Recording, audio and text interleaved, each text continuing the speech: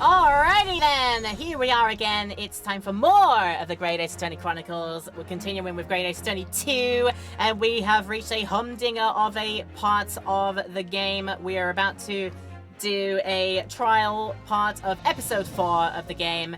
It's gonna be a big one. Of course, we'll talk about what has happened and led up to this point and what we did last time out. We are also gonna have a fun time during this stream. Because some people might know from my socials that I've been visiting the thing. Well, first what we'll do is we'll welcome people in the Twitch land and the YouTube land as well for joining in this video with me today. YouTube land people, thank you so much for tuning in. If you'd like to let me know how you're enjoying this video and maybe the entirety of this series if you've been watching and keeping up to things.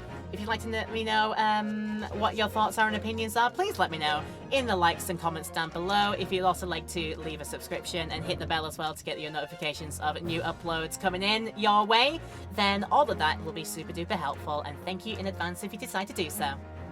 So yeah, some people might know from my socials that I have visited many a time recently the Capcom stores out here in Japan. For the limited time 10th anniversary Great Ace Attorney collaboration stuffs. We have just been having a look at some of the specials, like random potluck merches that they've got. So the first thing we opened just before in our preamble was a Ibiari ring, as in this is a ring that has on its face the artwork for a random incidental shout by one of the characters, this one being from Barak Van Zeeks, and it is his objection shout, which is such a fun little thing to have. I didn't realize it was going to be an actual wearable ring as well. I don't know if you can quite see that, but you can kind of see it there maybe. So we got that, and we're also going to, during the course of this stream, open up some of these random acrylic stands. So we'll see which special characters we get out of these. We've got like these bog standard ones, and we've also got these ones which are for the actual cafe collaboration event that's going on here. So we get the special arts of some of the characters there. We can get these from this set, and we'll see who we get. I think it'll be a fun thing to spice up this stream with as well as we do some more of episode 4. So let's get into it. We are just before the start of the trial. We have gone and about here. So the story up until this point in episode 4, we decided to meet up with Yujin Mikotoba and Judge Jigoku, for they have finally made their way across the ocean to London. And in our own investigations, we wanted to know more about this professor fellow. It turns out the professor, responsible for a swathe of horrible crimes back in the day, was actually a Japanese person, seemingly related to our dear friend Kazuma, as in they were likely to be Kazuma's father. So we wanted to find out a bit more about said thing. Hello, Kat. How you doing? I'll say hello to as well to Kimsu, and I've seen Fran in the chat as well. You all know who you are. Nice to have you here. Yeah, so we wanted to find more info about our friend, the professor. And it led us to the jail where they were held. We found out a thing or two there. We've gotten a client who's like, "Can you find my husband? They went missing." And said husband has apparently been away from their old job of being a warden at said prison. And in the midst of all that, something terrible occurred. We got news that our dear fish and chip loving friend, Mr. Gregson, was terribly and violently, cruelly taken away from us. We found their body, we investigated their scene, and now we're about to start the trial for this whole thing. It turns out that the accused, the person that stands accused, is Mr. Van Zeeks himself. So we will be their defense for once, and it is their apprentice who will face us across the bench. And who should be across us from the bench specifically? Well, you'll see. So anyway, we find ourselves in the antechamber again. What's so-and-so a date? 2nd of November at 8:56 a.m. And it's time for the show to start. There's that old familiar feeling again. The crushing pressure of this historic courthouse.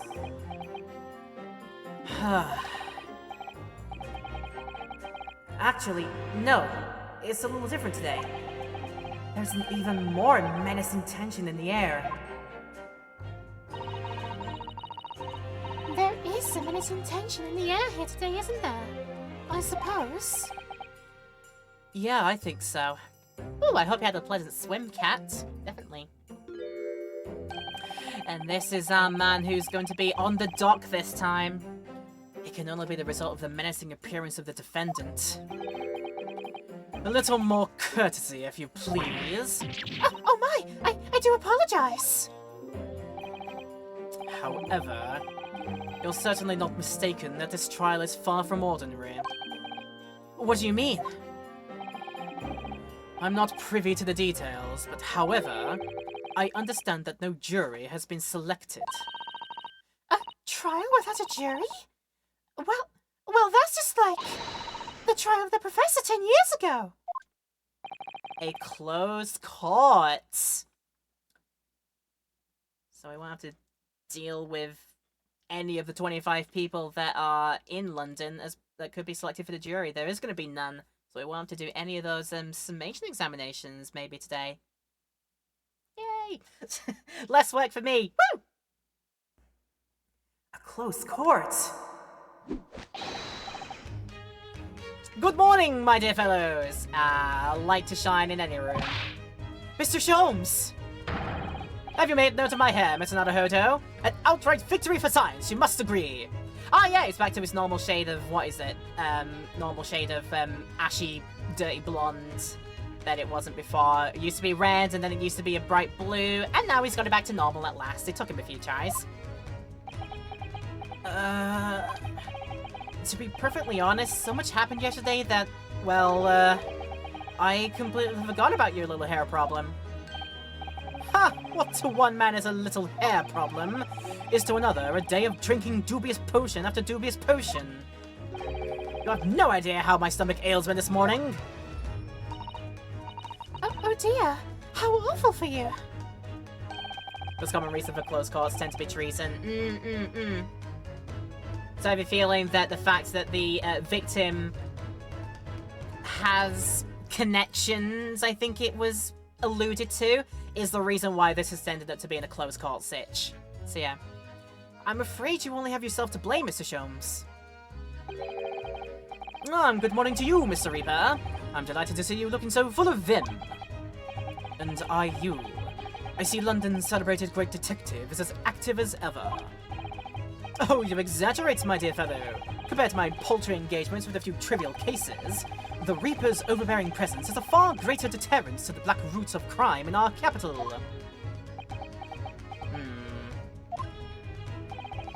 And whilst I may not agree with your methods, there is at least one point in which I would readily commend you. What an honor, and that would be your eye for a good lawyer, sir. Mr. Sholmes! Unexpected, to say the least. After all, behind this lawyer there is a very great mind. My own. What are you trying to say? I wish only to say that you should be prepared for quite a trial, Mr. Reaper. Sorry to barge in. Oh, that should probably be a Gina voice. Sorry to barge in. Oh, Gina! What's that on her arm? It's a mourning band, I suppose. Father! Shouldn't you be at the symposium? It's been postponed, so I have some free time. I decided to come along with the police inspector to see our country's up-and-coming student in action. Pressure much? I shall be very interested to see the fruits of your studies over the past year. Well, it's an honor to have you here. Let's hope there are some fruits to see.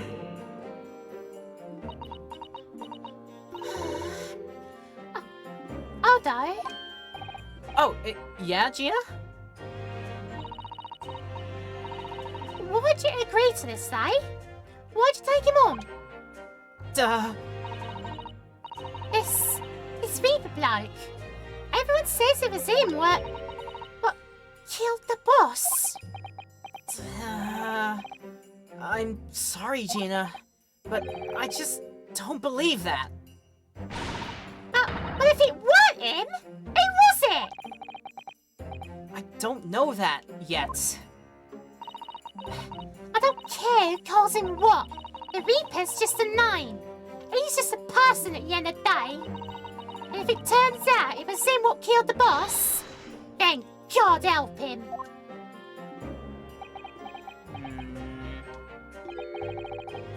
Fiery eyes, indeed. Yes, the culprit deserves every ounce of your loathing. Aye? At least that may be some solace to the deceased. Oh. Please, I die. Whoever did this, for the boss. Oh, Gina. I ain't feeling this useless. There's nothing I can do. So you've got to find out who's done this and make the wretch pay! Counsel for defence and the defendant. Court will be in session shortly. Make your way into the courtroom at once, please. Alright then, here we go. It's time, Miss Naruto. Lord Van Zeeks. It is time. One who lost his treasured brother to a mass murderer. One who lost his treasured father in a foreign court of law. And one who lost the man who helped her escape destitution. All that misfortune, all that pain, on course to collide headlong in this trial. It's time to shine a light on all these dark events. And whatever truth is revealed, we're gonna have to look it straight in the eye.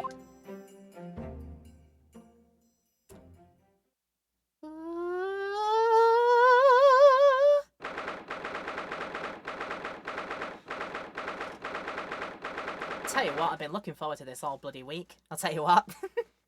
2nd of November, 9:20 AM, the Old Bailey courtroom. Hushed voices, certainly fewer people in the docks today. In the name of Her Majesty the Queen, I hereby declare this court to be in session. We are here to conduct a fair and just trial of the defendant, Barak Van Zeeks. Counsels for the defense and prosecution, are you ready to begin? The defense is ready, my lord. The prosecution is more than ready. It's Kazuma! We thought you long gone! But now we have to go against you across the benches. Oh boy. This is going to be a hootenanny. Oh, Kazuma-sama. I've been wishing to see you in court again for so long, it feels. But I never pictured it happening like this. I never thought I'd be facing you, behind the prosecution's bench.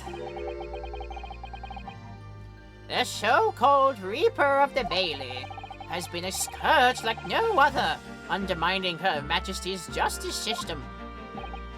Today, we must uncover the truth behind the scourge. In other words, this trial is going to be a lot more far-reaching than Inspector Gregson's murder.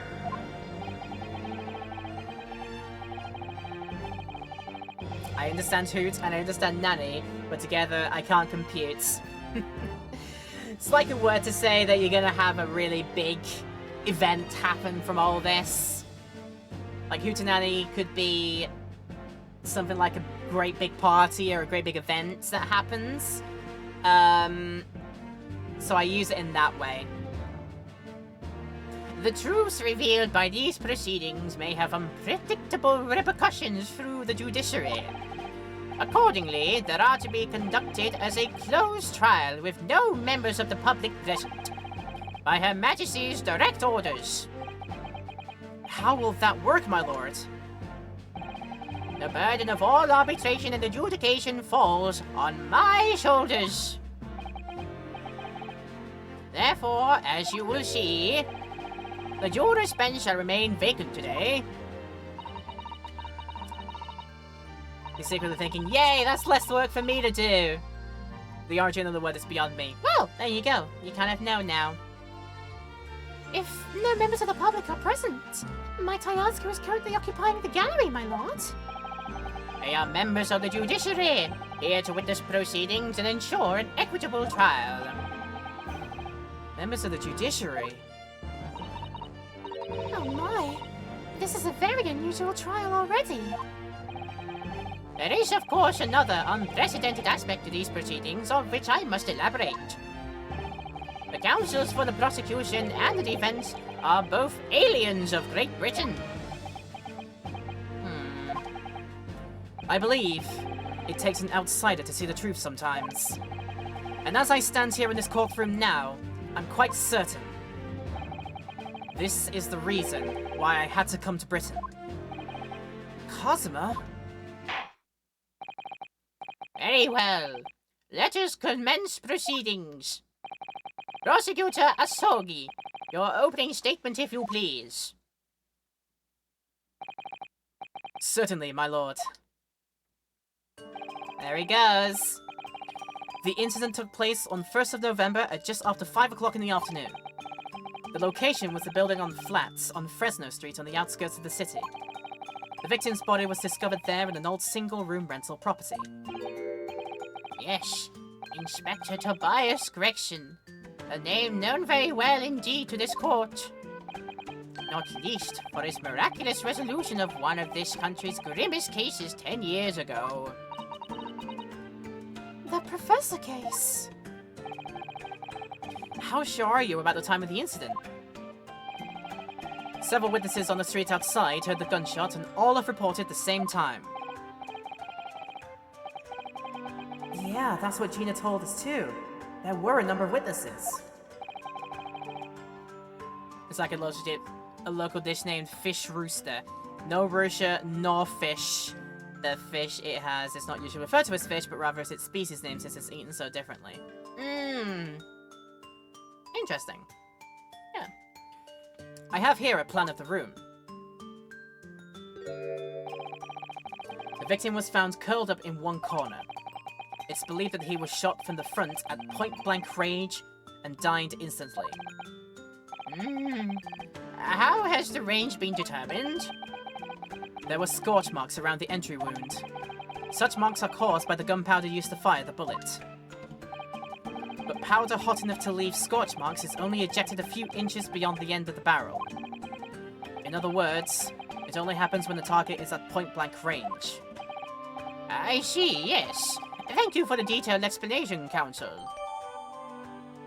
Autopsy report now in the court record. The Inspector Gregson's autopsy report, stating that death was instant, resulted from a bullet shot at close range, scorch marks from gunpowder and all. The murder weapon was found lying beside the victim. And have you managed to ascertain the owner of said firearm? No, my lord. Not conclusively. Bravo, Cosima-sama, for not trying to use the gun as evidence when its provenance can't be proven. Furthermore, my lord, as I've explained, the revolver was fired at extremely close range. The bullet passed through the victim and struck the wall behind him. There is a candelabrum mounted on that wall, and the tip of one of the candles in it was found to have been blown off by the projectile. We noticed that too, didn't we? Yeah, that's right. You can take a look and see it in there, along with everything else that we've got. That's it. There's our candelabrum. Let's get a proper look at the full-on autopsy report then, so we can have a look. Coroner was Maria Gorey. Oh, goodness. New name. Victim, Tobias Gregson, age 45, nationality British, time of death. Time of death not written down on the report, rather interestingly. Did they not ascertain that yet? The victim was shot in the chest at close range from the front, resulting in instant death. Scorch marks a point of entry. The bullet exited the body from behind. More observations. The caliber of the gun used matches that of standard issue firearms for members of the judiciary. Okay. Thank you for the thorough report, Counsel. The setting of the crime is clear to me. You will submit the plan of the crime scene as evidence, please. As you wish, my lord. Crime scene floor plan added to the record. A plan of the small room in the building of the flats on Fresno Street where the body of the victim, Gregson, was found. I see. Is this Fresno Street room Inspector Gregson's private abode? No, my lord. The room is rented to a Mr. Hugh Boone. But there is precious little furniture inside, and it is generally in a poor state of repair. So what on earth was Gregson even doing there? Presumably he was investigating some case or other. When a policeman was informed of the gunshot from the witnesses and rushed to the scene, he found only the deceased inspector and the accused standing alongside, holding the revolver. The attending officer arrested the accused on the spot. So, the details of the case are clear. In that case, the prosecution would like to call its first witness. A name, please, counsel. Naturally, the accused himself. Lord Van Zeeks! As a prosecutor, he believes in the oath of office he's taken, and will be compelled to tell the truth. I think that is. Very well, let the defendant take to the witness stand. Dun dun dun dun. So, witness, state your name and occupation for the court. Barak Van Zeeks, Old Bailey prosecutor. I presume, Lord Van Zeeks, that you heard Prosecutor Asogi's opening précis. I did. It is alleged that you were found at the scene of the crime, and that you were arrested by the arriving police officer. Can you confirm this? Yes, my lord. Then I'm sure the court would like to hear you explain some things away. Namely, why you were there in the room on Fresno Street at the time in question. And what exactly took place. I intend to explain away nothing. I will simply tell the truth. I must say, Lord Van Zeeks, I never imagined this day would come. Or rather, I didn't want to imagine it would come. But since you became known as the Reaper, a part of me has been dreading it. Dreading it indeed. This bottle almost empty. Luckily, another one is on standby. Don't worry about it. I will keep hydrated. I will keep hydrated. Make sure y'all keeping hydrated too. Your formal testimony then, witness.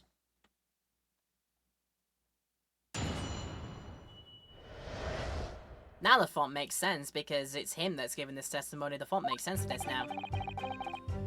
I was investigating Gregson, and my inquiries had led me to that address. When I first entered the room that day, it was dark inside and I saw no one. A moment later, I heard the gunshot. I spun around and saw the revolver on the floor. Just as I picked up the firearm up to examine it, the door flew open and I heard a man scream. It was only then that the body of Inspector Gregson appeared before me. So he saw the gun. So what was that then? Inquiries led you to the Gregson address. It was dark and you saw no one. You heard the gunshot, spun around, saw the revolver on the floor. You picked it up, door flew open, somebody else screamed from that door, and then you noticed the body of Gregson. Fair dues. I already have a bit of a doubt about Dark Inside and saw no one, but we will see on that one. That testimony was the whole truth? It was. So, you heard a shot being fired in a room with no living occupants. And moments later, a corpse somehow appeared before your eyes. Is that it? You're right.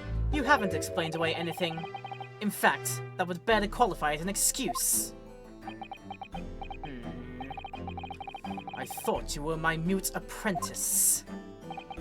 Yet it turns out you have a way with words, Prosecutor Asogi.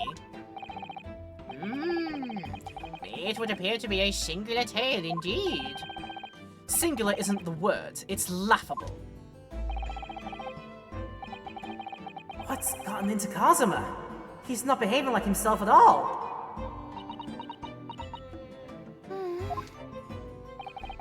Very well then. Counsel, you may begin your cross-examination. Yes, my lord.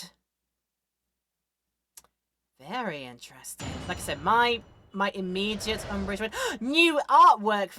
Because Kazuma's on the side of the bench. There's new artwork for this cross-examination thing, like the two faces meeting each other.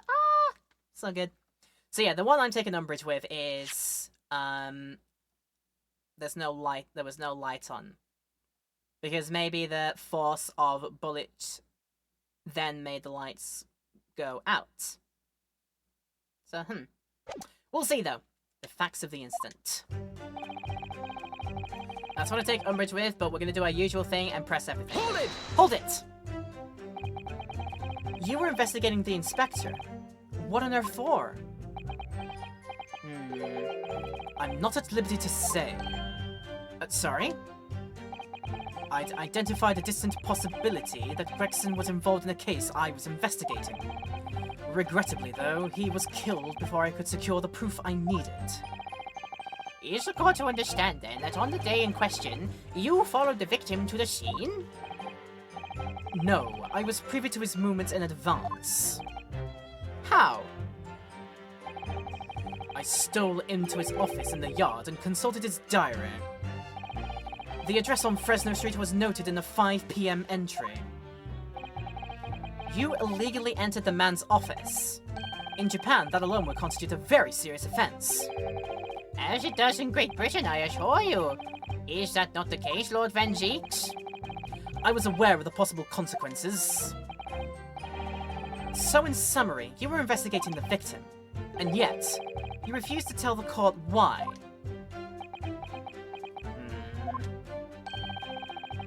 I didn't realize British prosecutors enjoyed such freedom to choose what to divulge under oath.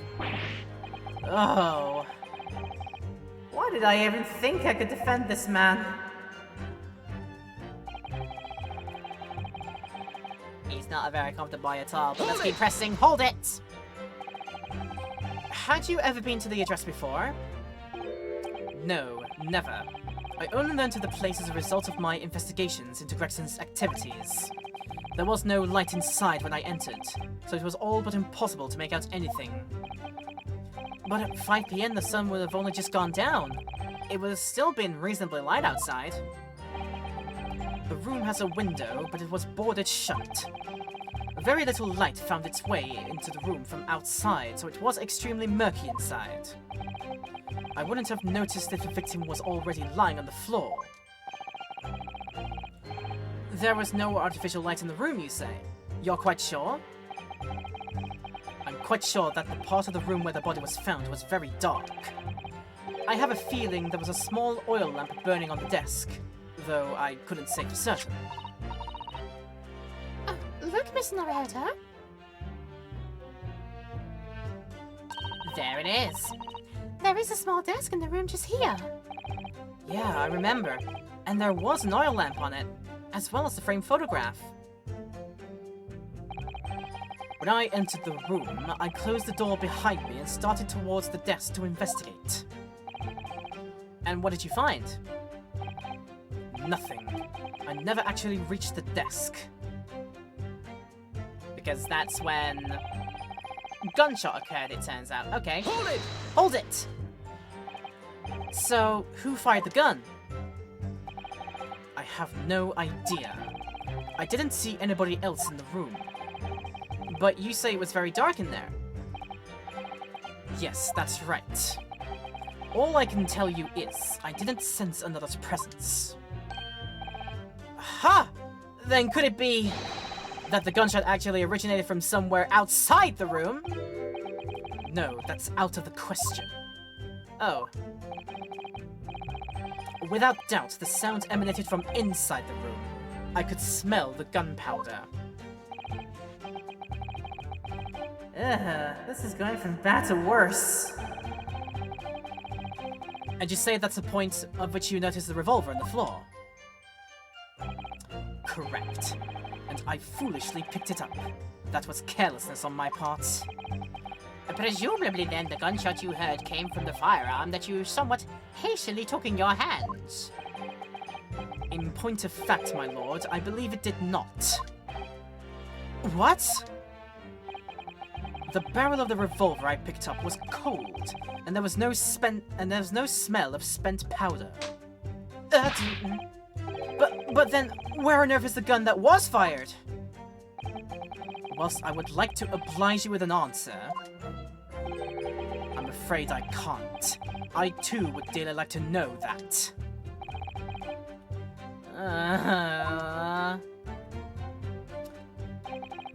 Wow, everything is so very, very secretive. Nothing getting through currently. Maybe some of the later statements will, but we'll do that after we run a quick break. So yeah, what we'll do, I'll do that for people on Twitch land now. It's time to take our mandated hourly ad break here, because they do support the channel in a very, very, very, very small way. For YouTube land, there will be no break in the highlights, but do feel free to pause and take some time to yourself if you need to right now. Go visit the bathroom or do something else in that time. It's always a great idea to take care of yourselves. When we come back, we'll do a round of opening some of these special thingamabobs. Because that'll be fun to do. And then we'll continue with the interrogation of Mr. Van Zieks. So yeah, with all that said, I'll be back in a few minutes. Hello again, cheers for your patience if you were in here in the live stream during the break. Cheers for your patience on that one, but otherwise, welcome back. It's time to do some more YouTube land, people. There was no break, but if you decided to take one before continuing, then that's always a great idea to do. And I thank you for tuning back in again. Please let me know how you're enjoying the video. If you are, leave a like and comment down below. If you want to do even more with your support, you can subscribe, you can hit the bell too. All of that would be super, super duper helpful. So, as I said, today's event is going to be rather special. We will start, every time we come back after the break, by doing some openings! I've got these from the Capcom store as part of the special Great 8 Attorney 10th Anniversary collab stuff. We've got a bunch of acrylic stands to open here, some character acrylic stands, and it is going to be a nice idea to see which of these characters that we end up getting. So I've got these silver ones, which are part of one set, and there's a pack of some other ones as well. These are these blue ones, which will open at some point later, that are of a different kind of set, a different kind of art style. But I'm gonna open this up here and figure out who we get. As our first one, it's Iris! That's sweet! That's a great first pull. And look at the artwork as well, super, super sweet, yeah. And there's a slot so we can make it as an acrylic stand. If there's room behind me, you know where that's going. So yeah, I'm gonna have this one. Iris is lovely as a first pull. Is there some space for this? I'll put it here, that'll do. So that was one. We're gonna do a second one as well, of a similar kind of variety. So this same silver pack should have a similar thing. But let's see if we end up with another character. So this time, I think it's like any of the main cast that can come out of this, as well as a few other side characters. So it's like, I think there's a possibility of 8 in the total set of these ones, of these character stands.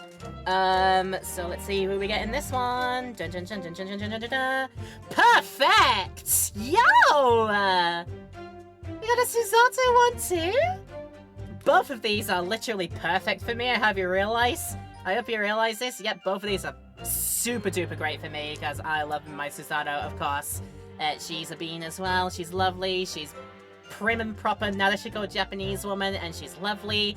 So yeah, they're two mega pulls for the first two.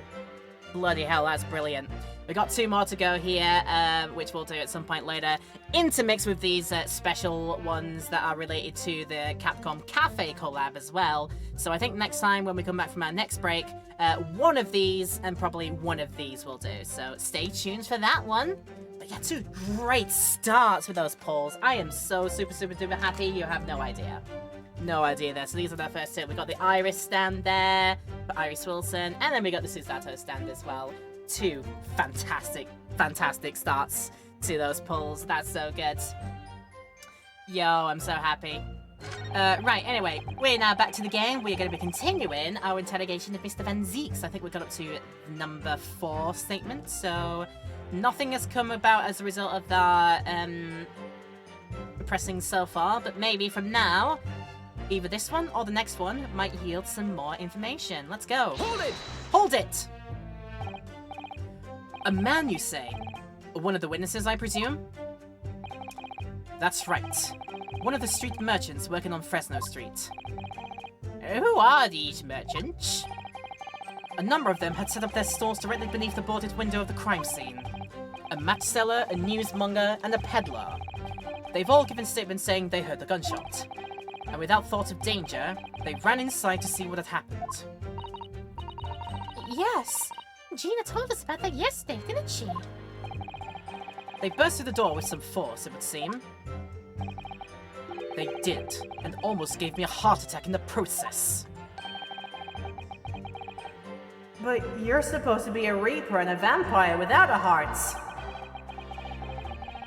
The first man to come in immediately noticed the revolver in my hand and fled. A policeman patrolling on Fresno Street heard the commotion, and was able to arrest the accused shortly after the incident occurred. Anyway, the man's scream drew my attention in that direction. It was only then that the body of the Gregson appeared before me. Only then. Alright, elaborate on that, please. Hold it! What do you mean by that? In what way did the body appear? I honestly can't explain it, but it's the truth. As far as I was concerned, the body hadn't been there until that point, and then suddenly, there it was. Did you perhaps hear the sound of the victim fall into the ground just beforehand? At that moment, what I heard was the sound of the door flying open and the scream of the man who came inside first. Nothing more. Is that a Giza? Hello, Giza, my sweet. How you doing? Lovely to have you here. Are you having a pleasant day? I certainly hope so. Coming in to see some of me doing some of this great Ace Attorney goodness. Yeah, lovely to see you. I hope you've been keeping well, my sweet. Okay. I see. After the man fled, I examined the body. I was stunned to find that it was Gregson. Most curious circumstances indeed. How am I doing? Oh, I'm fabulous. I'm fabulous right now. Thank you. I had a pretty short work day, really. Only had to go in for the afternoon for some training, and it was over, actually, before they said it would finish, so I got to go home a little bit earlier today. I got some shopping. I got a little bit of a shopping for my dinner today done. I hung out with one of my colleagues at the cafe nearby. It was really nice. I had a sweet little iced cocoa. It was really nice. And yeah, partway during this stream, I'm doing some openings of these secret acrylic stand arts that I got from a collab event going on at this game's at the Capcom store. This game, if you didn't know, had its 10th anniversary very recently. We've pulled out 2 of them already, and these are some of the stands of the characters that I've played as so far and seen in this game. We got one of, she is Iris, and she's a lovely bean. And then we've also got Susato, who you might see on the bench in this portion here. But yeah, I'm so thrilled with these 2 arts. These 2 acrylic signs, they are super duper cute and very well done. And there's more where that came from. We're going to open up some more later during this stream. It's going to be a fun time. Those are so cute, aren't they juicy? Yeah! I'm gonna see which other characters we get. If we get a certain other character come out, I have a friend who I know is very, very into said character, so I am having something done in the works preparing for that one, and I will say nothing more just in case said friend is here. They might know who they are, but yeah, it's fine to stay. Such a fun one, yeah, and such great art as well. We got some special ones, we got some more special ones to do as well, partway during this, but yeah. I thought it might be a fun idea to spice the stream up every bit and then after we come back from a break, and yeah, 2 great pulls to start from. I am so happy with them. So anyway, most curious circumstances indeed. How the inspector was killed, or how this body seemed to appear out of nowhere, I have no idea. Objection! Objection! Oh, Kazuma with the objection. Surely the court has heard enough. My lord, the cross-examination has clearly revealed that the accused, Barak van Zieks, is lying on multiple fronts. What is that supposed to mean? Good gracious, counsel. The defendant is lying, you say? In his testimony just now, he claimed that he failed to notice the victim's body because the room was dark. That's correct. No, that's impossible. As proven by this candelabrum. How does that prove anything? If you examine the tip of the long candle, you can see it has been blown off by a powerful impact. One would assume that the projectile from the firearm passed through the victim and struck the candle. The problem comes when you consider the other 2 candles, which are clearly of a different length.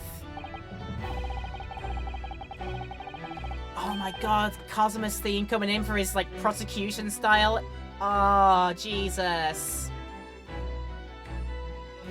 Like, damn, the music's great in this. I was actually kind of wondering if there would be that leitmotif come in this bit of music since he made the objection. And lo and behold, it has. With a mix of the din-din-din-din-din-din, ever since became the apprentice of Van Zieks. Oh, it's so good. Love thematics. Yes, I can see that only the candle that appears to have been struck by the bullet is long. Long, long candle. Long. We could reasonably expect someone to have lit all 3 candles together. Which begs the question of why only one has ended up longer than the others. That must be because that particular candle was extinguished when the others were still burning. Ah! That's right. When the candle was hit by the bullet, it obviously went out. But the other 2 candles would still have been burning, so the fact is, the victim's body would have been illuminated by the light still thrown up by the candelabrum. And the accused claim that he couldn't see the body clearly contradicts those facts, or he really needs to go to Specsavers. Ugh. And now to the next lie. There's more? But I'm not done yet, Yunosuke. The accused also claims never to have visited the scene of the crime before. That's the truth. In that almost empty room, the police discovered something very unusual. A board covered from top to bottom in police documents and newspaper cuttings. Yes, that's right. We saw it too. It goes without saying that the contents of the police documents cannot be divulged. However, they included a number of reports from various historical cases, the oldest of which was from 10 years ago. 10 years ago? This is starting to sound familiar. And there's a common thread linking all of the documents on that board. Indeed. What is this common thread, Counsel? They all relate to cases prosecuted in court by Barak van Zieks. Insert this read by Piccolo from Dragon Ball Z. All of them? All of them? And furthermore, all those cases are ones in which the defendant was acquitted. Oh, good lord! Interestingly, none of those defendants are alive today. because all of them have been sent to their graves by the Reaper. Ah! Oh no! In short, that dingy little room is the Reaper's secret hideout and his base of operations. The Reaper's hideout? And yet the Reaper would claim never to have been to his own secret hideout. No one would believe that. No, the truth is we've been looking at this backwards. My god, he's already turned about it. That feels like a bit too quick, but okay. Backwards? Explain, Counsel! Inspector Gregson was investigating the identity of the Reaper. When he discovered the location of the man's secret hideout, he was killed. As I'm sure everyone can imagine, by the Reaper's hand. What? No! Order! Order! Order! Very well, I hereby state the current opinion of the court. Barak Van Zieks is an outstanding prosecutor who has rendered great service to his country.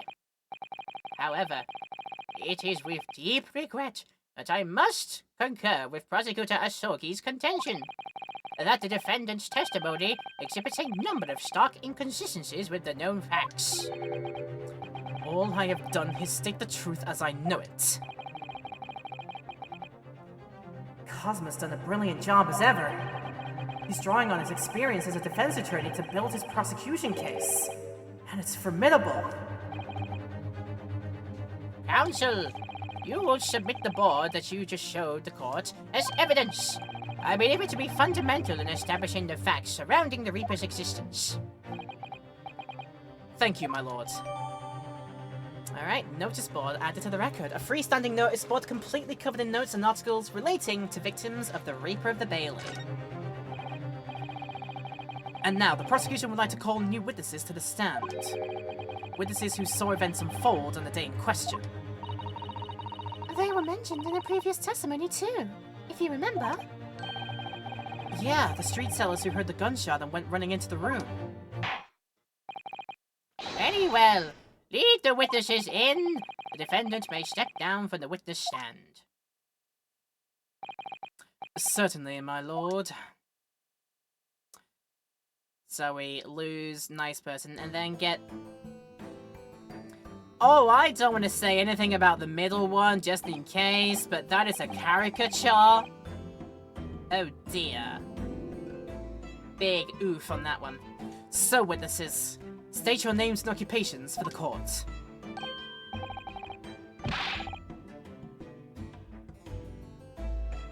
I don't want to, so I'll just go, names? We don't use names. Far too fancy for the likes of us. We're just free and easy. Say what we like, live where we want to live.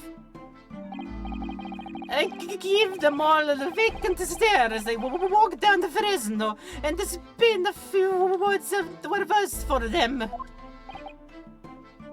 Ah, would I be right in assuming that all three of you make your living by selling wares on the street? Everyone calls me gossip. I sell jaunty little tidbits to passers-by, you know. Jaunty little tidbits? Got an absolute smasher for you, sir. Run up your guineas. 6 is the price and not a penny less. Wait, you're actually trying to sell it to me now? Oh, come on, sir. Don't tell me you're not interested. Try the man. Give him the money and see what it is. Pay the man, counsel. All right. 6 it is. Oh, you won't regret it, sir. Now, got your listening ears on?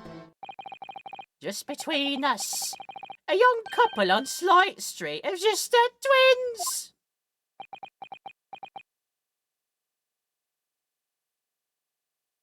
It was time for Inosuke to leave. He had never seen such BS before.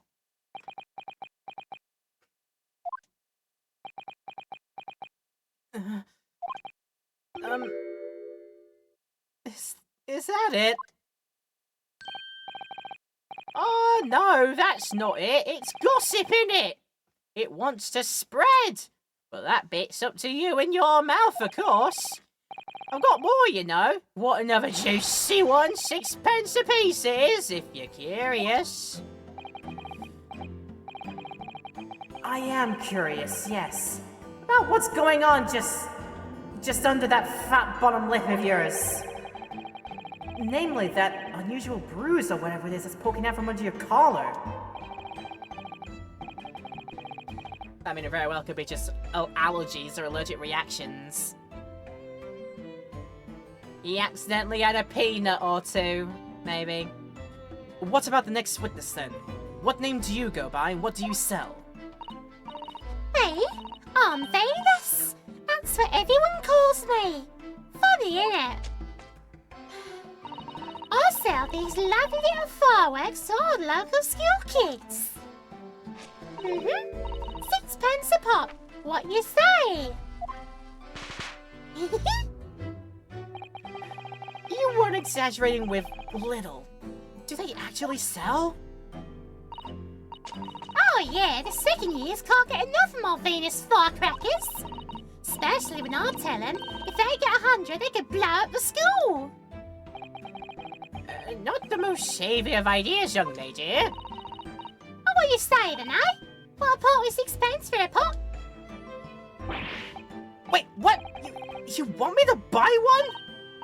I'll tell you what, I'll let you in on a little secret. If you get 100 of them, you could blow up the whole courtroom.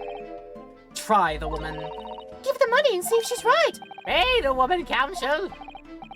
All right, I'll buy one. Lovely stuff. Right then, this is something a bit extra just for you. The Venus Special, only 600p. 600? It's 100 of my regular fireworks. No little about that, is there? And there'd be nothing little about the punishment if I blew up the Old Bailey either. There would be a firecracker then. What sort of bang could it make? Ah! What sort of a bang could it make? Something very similar to a very large firecracker at the end of the day, i.e. a gun.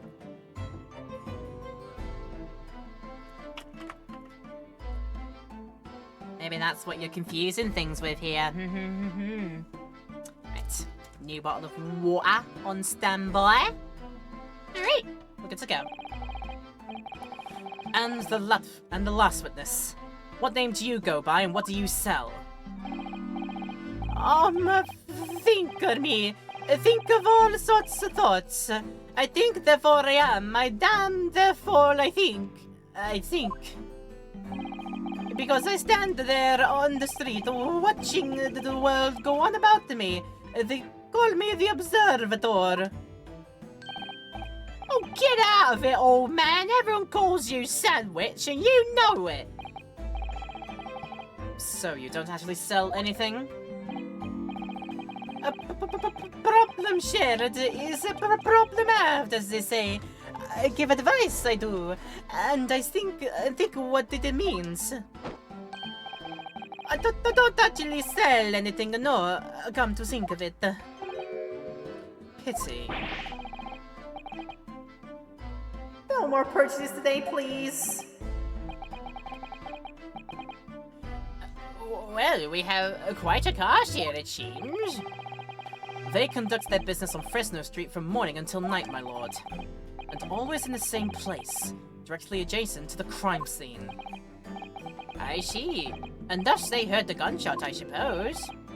Not only that, but they bravely ran inside to see what was going on and witness the crime. We'll all be begged off for, just between us. Venus de Milo! What am I to do? What a terrible thing I saw!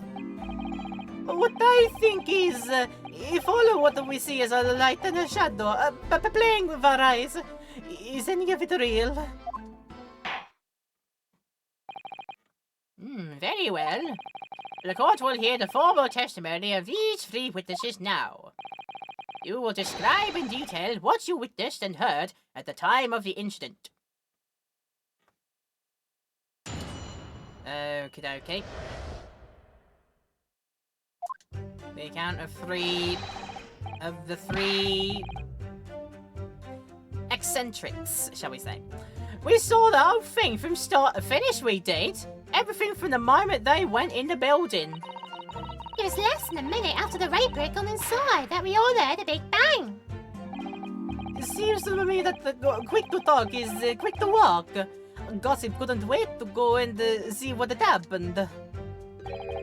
I ran into the room and there he was, the raper, gun in hand, standing over the dead body. I was scared half to death, mate. So I ran off to find the copper. Right.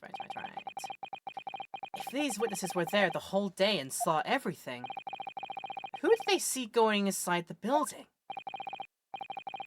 Other than the victim, Inspector Gregson, and the accused, Barak Van Zeeks. I've seen pictures of that raper in paper. I know what he looks like. And just between us, folks love stories like this. I've made myself a tiny sum already. But wait, the room was just one of several flats in the building. Someone from another flat could have done it. All those flats in Fresno Street are unoccupied. Of course they are. They're small, damp, dirty, and expensive to boot. The room in which the inspector was found is the only property in the building that's currently leased. And we know the leaseholder's name, don't we? It's Hugh Boone. The testimony the court has just heard would appear to leave little room for doubt. It's becoming increasingly difficult to see how anyone other than the defendant could have committed the crime. No! Thank you for your candor, my lord. Counsel for the defense, you may proceed to cross-examine the witnesses. Yes, my lord. In a closed court like this without a jury, the judge is the only person whose opinion matters. I have to break down this testimony. Somehow. I nearly hiccuped mid-sentence. Oops. That would be terrible. Alright. And make it comfy in chair again and get ready to cross-examine. You saw it from start to finish, you did. Alright then. Are you true about that? Hold it! When you say they, who do you mean exactly? Inspector Gregson and the defendant, Lord Van Zeeks? I suppose so. The lots of us don't know the names of the high and mighty. But I'll tell you one thing. It was the old Reaper that went in last, that's for sure and certain. Just behind Inspector Gregson. Did they arrive at the same time as each other? Oh, no! The first fella must have gone inside in a good 15 minutes before we heard that gunshot.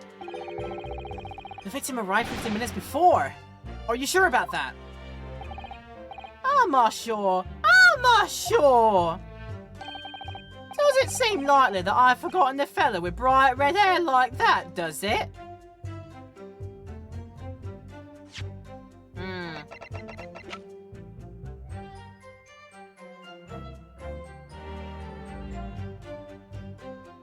This wig is a surprise tool that will help us later. Oh yeah, his hair really were red, wasn't it? Redder than my flaming fireworks even. The fire red mob still burnt on the inside of my eyelids it is. Wait a minute, you're saying the man was a redhead? Weren't you listening, chum? Oh, he was a redhead. He had a big trunk with him as well. But Inspector Gregson's hair isn't red. Not by any stretch of the imagination. It seems likely that the person you saw wasn't in fact Inspector Gregson at all, but some other third party. No, I hate to break it to you, but the witnesses are correct. What? Just have a look at this photograph of the victim taken at the scene.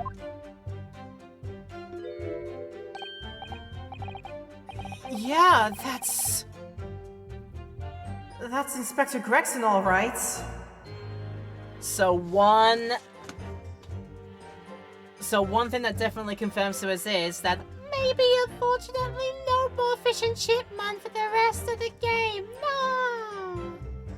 oh, I feel bad. I feel bad for him. Fish and Chip Man was a good man. He was gonna go to France and everything. And a red herpes. Ah, Of course. We saw one on the floor when we investigated the scene, didn't we? I still refuse to believe Inspector Gregson wore a hairpiece, though. So then, why on earth would he have been wearing something like that? The color does seem to suit the man, one might say. The photograph will be submitted as evidence, please, counsel. A photograph of Gregson the victim. His body appears to be tightly curled up and there's a red hairpiece on his head. And what became of the trunk that the red-headed victim was supposedly carrying? I don't know why I imagine the middle witness is having a Southern American accent. He is British. Yeah, I imagine all these three are just like thick London. Well, at least two of them are thick Londoners. I only give like a vaguely Italian accent to the third one, the old shivery one, because we've seen him before. His name was Beppo. In a case from game number 1. So his name was Beppo there, and he's meant to have like a foreign twang to him, so that's why I make him sound like a Mario or something like that. I was informed that no trunk was found at the scene. So it just disappeared?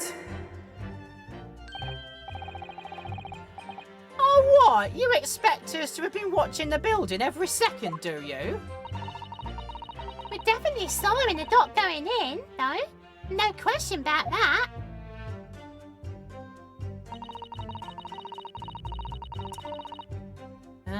Less than a minute after the Reaper had gone inside, we all heard a big bang. Right. Hold it! Go on then. How do you explain that away? Hold it. By which presumably you mean the gunshot. I sell these little things, don't I? How would I know what a gunshot sounds like? But I've always thought it probably sounds a bit like this, doesn't it? And you say that you heard the noise almost as soon as you saw the defendant here enter the building. That's right. It was almost straight away. Bang, it went. Just like that. Well, he's the Reaper, ain't he? It's what the French call a fait accompli. When the Reaper's around, people are going to the ground. I mean, that's what he does, isn't it? I think we get the message. The Reaper couldn't allow the Inspector to live after they discovered his secret hideout. There can be no clearer motive for the crime. Yes. It's certainly an eminently credible motive. Oh, great.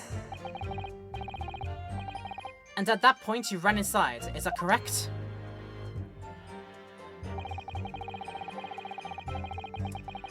Okay, Mr. Shivery Italian man, you elaborate on this, please. Hold it. So when Gossip ran in to see what had happened, did you go too? Well, I'm a bit hampered to see. All the signs are that I can't move very well. You were way behind, presumably, with that sandwich board around your neck and that big sign in your hand. I have the Motherwell Quiet Power Activator. Cass, do not say such incriminating things, please. I don't want you to go away for something like that. I'd hate to know what would happen in that case. Oh well. How you doing, Cass? Welcome in. What a great burden you bear. Pardon me for asking, Mr. Sandwich, but is it possible you and I have met before? Not anybody, me. The signs are what make me who I am now. A sign, therefore I am. So you were employed as an omnibus driver just under a year ago, then? I might be mistaken, but I believe his trembling has intensified, Mr. Naruhodo. Yeah, I agree. He's clearly been through a lot. Donkey Henry straight under Black Widow's arms is just there. Oh dear, you've made him hide behind his sign. Life is full of surprises. Very much a red herring statement meant to go absolutely nowhere. In fact, not even a red herring, it's just a solid wall that goes absolutely nowhere, that statement. How about this one, then? Hold it! Hold it! So then, you were the first person to arrive on the scene. Is that right? I was. Kicked the door open like a professional, I did. And I yelled out, "Hey, up, what's going off here?" Oh boy, howdy, Cass, you're in for a surprise. We open up the people's list. No, open up the evidence list. Here's a picture of victim. You might recognize him. And here is autopsy report for it. You might recognize name. Tobias Gregson. As in our beloved fish and chip man. Our beloved fish and chip detective. No. Nice try, but no. It was Gregson. We believe that Gregson here is, has a specific hairpiece on. I guess maybe as a means of maybe infiltrating something that we know already about. We can bring up the League article here in the newspaper again. This red-headed League thingy here that you can get money if you're just simply a member. And maybe do some unscrupulous things on the side, but we'll get to that later, I assume. And our person accused of this is Mr. Barak Van Zeeks. He may be outed as the Reaper, but is he truly the Reaper? So yeah, many a thing. A murdered Scotland Yard inspector. He was stern and single-minded in his approach, and with a great love for fish and chips. Just, yes. Now we got, and then we got Asogi there. Not Barak, we actually care about Barak. We'll see, yeah. So yeah. These are our friends. And this is our situation. This is going to be quite a big case, I reckon. So let me get a drink in first. My first sippy out of a new bottle. Oh no, we'll go measure. Ah, brilliant, nice. Okay, so yeah. Hey, what's going off in here? Lord Van Zeeks claim all he heard was a man scream, though. And was it dark inside the room? No, not dark at all. There were candles burning on the wall. Really? And there was a fella collapsed on the floor. Just between us, it's the first thing I noticed when I got inside. I see. Even though Lord Van Zeeks claims not to have seen any such lights on the wall. The next thing I noticed was someone standing right beside the body. The accused, Barak Van Zeeks. Oh, that's right, Pale-Faced Reaper himself. I was a little shocked, I won't deny it, but I'm no liver coward. I stood my ground and gave that Reaper a cold hard stare myself. Didst thou really? Because I think Mr. Sandwich, excuse me, might have a thing to say. Excuse me! Do you have something to add, Mr. Sandwich? How is my third favourite girl, Gina, taking it? Well, she was the one that ran to us with the news in our last episode, and she was very, very, like, distraught at that time, saying to us what had happened. She was trying to brave face it when investigating the place, but now she's just like, she just wants to see whoever did it go away for a long time. And who knows, she may take it on herself, be like vigilante justice all of a sudden. We're hoping she doesn't. But we don't know what Gina is like, honestly. In fact, where is she there? There she is.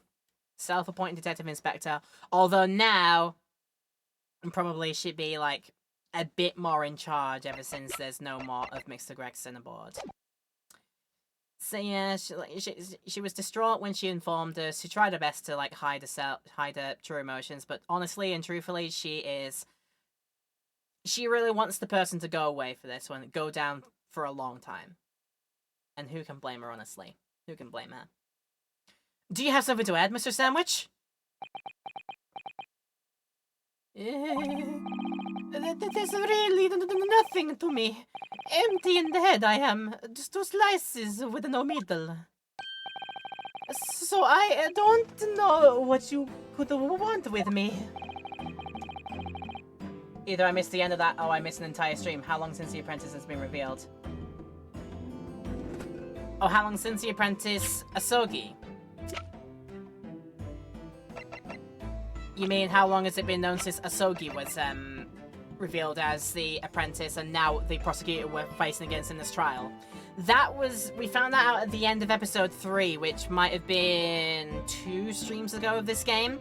I think that. So, yeah, this is common knowledge now. Kazuma has always been alive all this time and has wound up being under the wing of Van Zieks for a reason, training to be a prosecutor under his wing, and is now prosecuting this case since Van Zieks is in the dock for this one. Maybe you did miss a week, but yeah, we have seen it. We have seen it by this point, so I at least know what's going on. I think that maybe you just remembered something. Having heard Mr. Gossip's last statement, I mean. What I think is, we're all nothings really. We try to dress ourselves up as something else, but at the end of the day, we're all just street sellers. Oh, that's enough out of you, Sandwich. Keep your trap shut now. Unless you want us to make you into a real sandwich.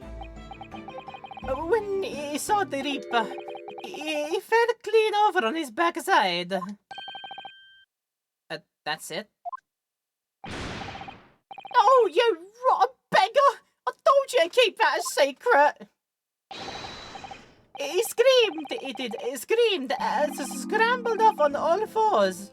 That's what I wanted to say. Mr. Gossip, is this true? Well, the floor was dead slippery, that's why. Blood on my hand in a filthy pool of blood, didn't I? Yeah. Hello, Double. Nice to see you again, as usual. What? A pool of blood? Oh, but listen here. Even when I was sprawled on the floor, I still keep giving that Reaper a cold, hard stare, and don't you forget it. Whoa, let's just go back a little. Did you say you got blood on your hand? I did, It happens to the best of us at times, doesn't it? So I was scared, so I slipped over. We can keep it just between us, can't we? No, Mr. Gossip, I'm going to have to ask you to add that information to your formal testimony. Oh, if I must.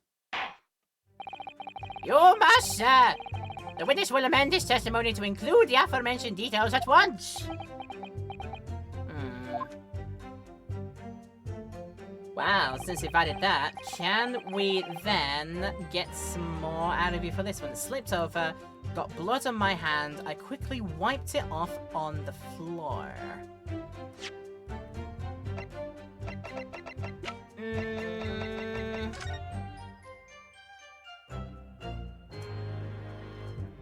I don't see the pooling as much as that. Did we ever examine this? To try and get some details out of it? Hello! What's that then, huh? Oh, what's this? Mr. Naruhodo, look! Oh yeah, it's a smudge of some kind. In fact, it looks just like a handprint. And the color. That's blood, isn't it? Oh dear, how disturbing. Notice board updated in the record. There is a bloody handprint on the backside. So how did the bloody handprint end up from... How did it end up there, and what were you doing to put you there?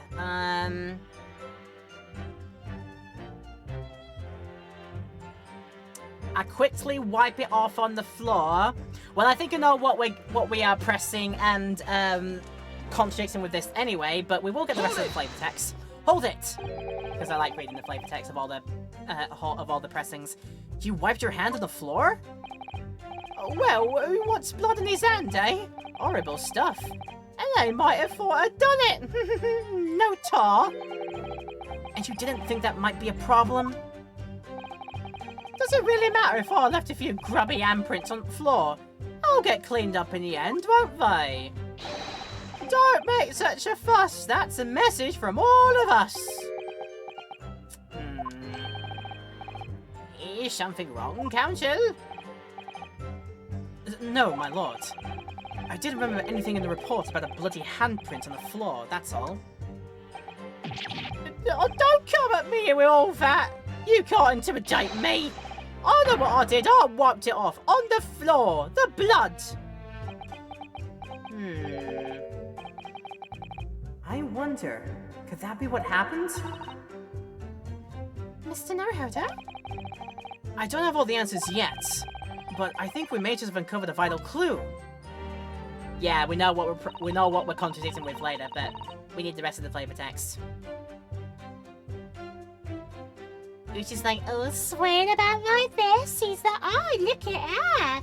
Very, very, very enticing, aren't I? We're pressing you. Hold it! Just to get your flavor text. So you didn't run into the room with your friends? No, I'm not that sort of girl. Sorry? I'm a timid little thing, mate. I was too scared to go in there. Ah, right. I see. Oh, Lippy and the witch ran in there, and then I heard a sort of old lady scream. Well, that wasn't me, I swear! If I were a gentleman, I'd stake my honour on it! I wondered what on earth was going on. Which is when you went to find a policeman? And I ran into a copper as soon as I turned the corner. So I brought him straight back to place. I did not do well, yeah. Just between us, that copper's eyes nearly popped out of his head when he saw the Reaper. Little goody two shoesy Elise doing here. Oh goodness. That different kind of red dress girl, I think, but I see what you mean. I've never felt more comfortable in all of my life. And the defendant was arrested on the spot, I believe. Considering the catalogue of killings the Reaper had carried out, it was a particularly inauspicious end. If I can't find any holes in this testimony... I'm afraid the judge will give a ruling of guilty, Mr. Naruhodo. The truth is, though, their combined testimony is fairly damning. Unfortunately, there don't seem to be any obvious problems with their statements, do there? Still, if Lord Van Zieks really is innocent, then I'm almost certain that we'll find something in there that doesn't quite add up. You don't think that one of these three could be the true culprits, do you? I don't know, but what I do know is that there's more to this case that is yet to be brought to light. Got a question regarding Goody Two Shoes for the break? Yeah, I'm sure we'll get around to that. Anyway, I think what we need to contradict with is this one here, and I believe I have the thing for it, but as always, a confidence save never hurts. And never hurts, no indeed. But I think we gotta present the fact that on the back of the board, we'll have a look at it again, after getting the details of the front, because yes. There are details of a whole raft of cases dating back years on here, aren't there? This paper from 10 years ago is browning with age, look! Out of interest, The most recent thing appears to be this newspaper cutting here. Oh, it's the same Red-Headed League advertisement that Mr. Sholmes had picked out. And do you remember? There was a red hairpiece at the scene too. Was Inspector Gregson an expert in the Red-Headed League then? Who knows? Maybe as an maybe purely as a like trying to get in as an insider, purely investigatively, or to they may actually were a leader. But yeah, this here I think we've got to press against. So let's present this, because this would probably prove that maybe not on the floor was the first place you wiped your hand on. For some reason it was behind the notice board, so now we need a reason why. Objection! Gotcha! Right. Objection. So you wiped off the blood from your hand on the floor of the room. Are you quite sure about that? Well, what else do you expect me to have done, eh? Does it really matter? Well, what the evidence says is why would you do such a thing as what you actually did? Objection! The police found no such handprint on the floor during their investigations. What exactly is the defense asserting? Objection! If you listen, you'll find out, Prosecutor Asogi. Certainly, there was no bloody handprint found. On the floor. What are you trying to say? There was a handprint in blood left very clearly at the scene. On the back of this notice board. Oh, yes, indeed. Indisputably a handprint in a distinctive color of blood. Oh, you're dead right. That's my right hand. I know it anywhere. And you'd say that why? Objection. Objection. The witness very definitely testified that he wiped his hand on the floor. Any handprints on the back of the board are irrelevant. Objection! Objection! None of the board itself had fallen over onto the floor. In that case, it's quite possible for the witness's handprint to have ended up there. Just look at the floor plan of the room. The notice board was in the opposite corner of the room to the victim, and in an upright position. Even if it had somehow been toppled and was lying on the floor at the time, it would have been a considerable distance from the body. I fell over when I came across the body, so I was basically right next to the corpse, not on the other side of the room. In other words, the defense's assertion is contradictory. Yes, it is. Huh? There's a very definite contradiction here, for which there must be a reason. I take it that you formulated a proper hypothesis, Counsel, regarding this apparent discrepancy between the witness's account and the handprint found at the scene? I have, my lord. This discrepancy between the witness's account and the location of the handprint is explained by... false testimony, the board moving, or another handprint. What's the most likely outcome?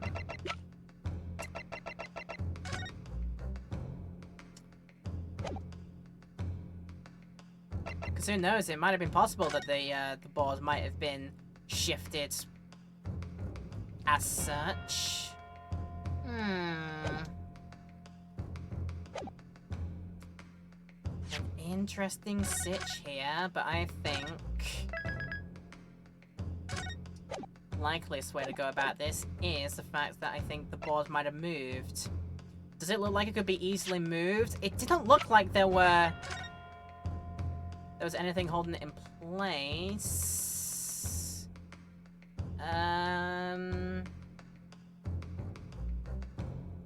Yeah, there were no nails or whatever in it that would be able to hold it to the floor through that way. So there's these nails, but they connect this piece.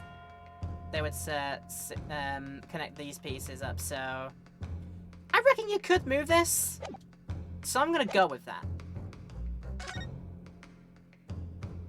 I think I got it. The real contradiction here is the handprint itself, not where it was found. As the court can see, it's upside down. Good gracious! If the witness had put his hand against the board, the fingers should be pointing upwards. What does that tell us? It tells one simple fact.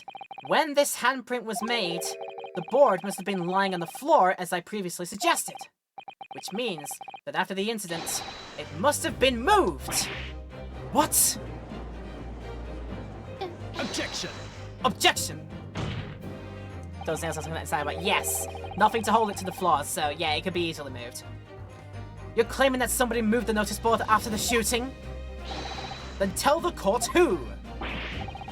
I don't know that yet, but the point is, when you consider all the testimony we've heard so far, we can now be very clear on one point.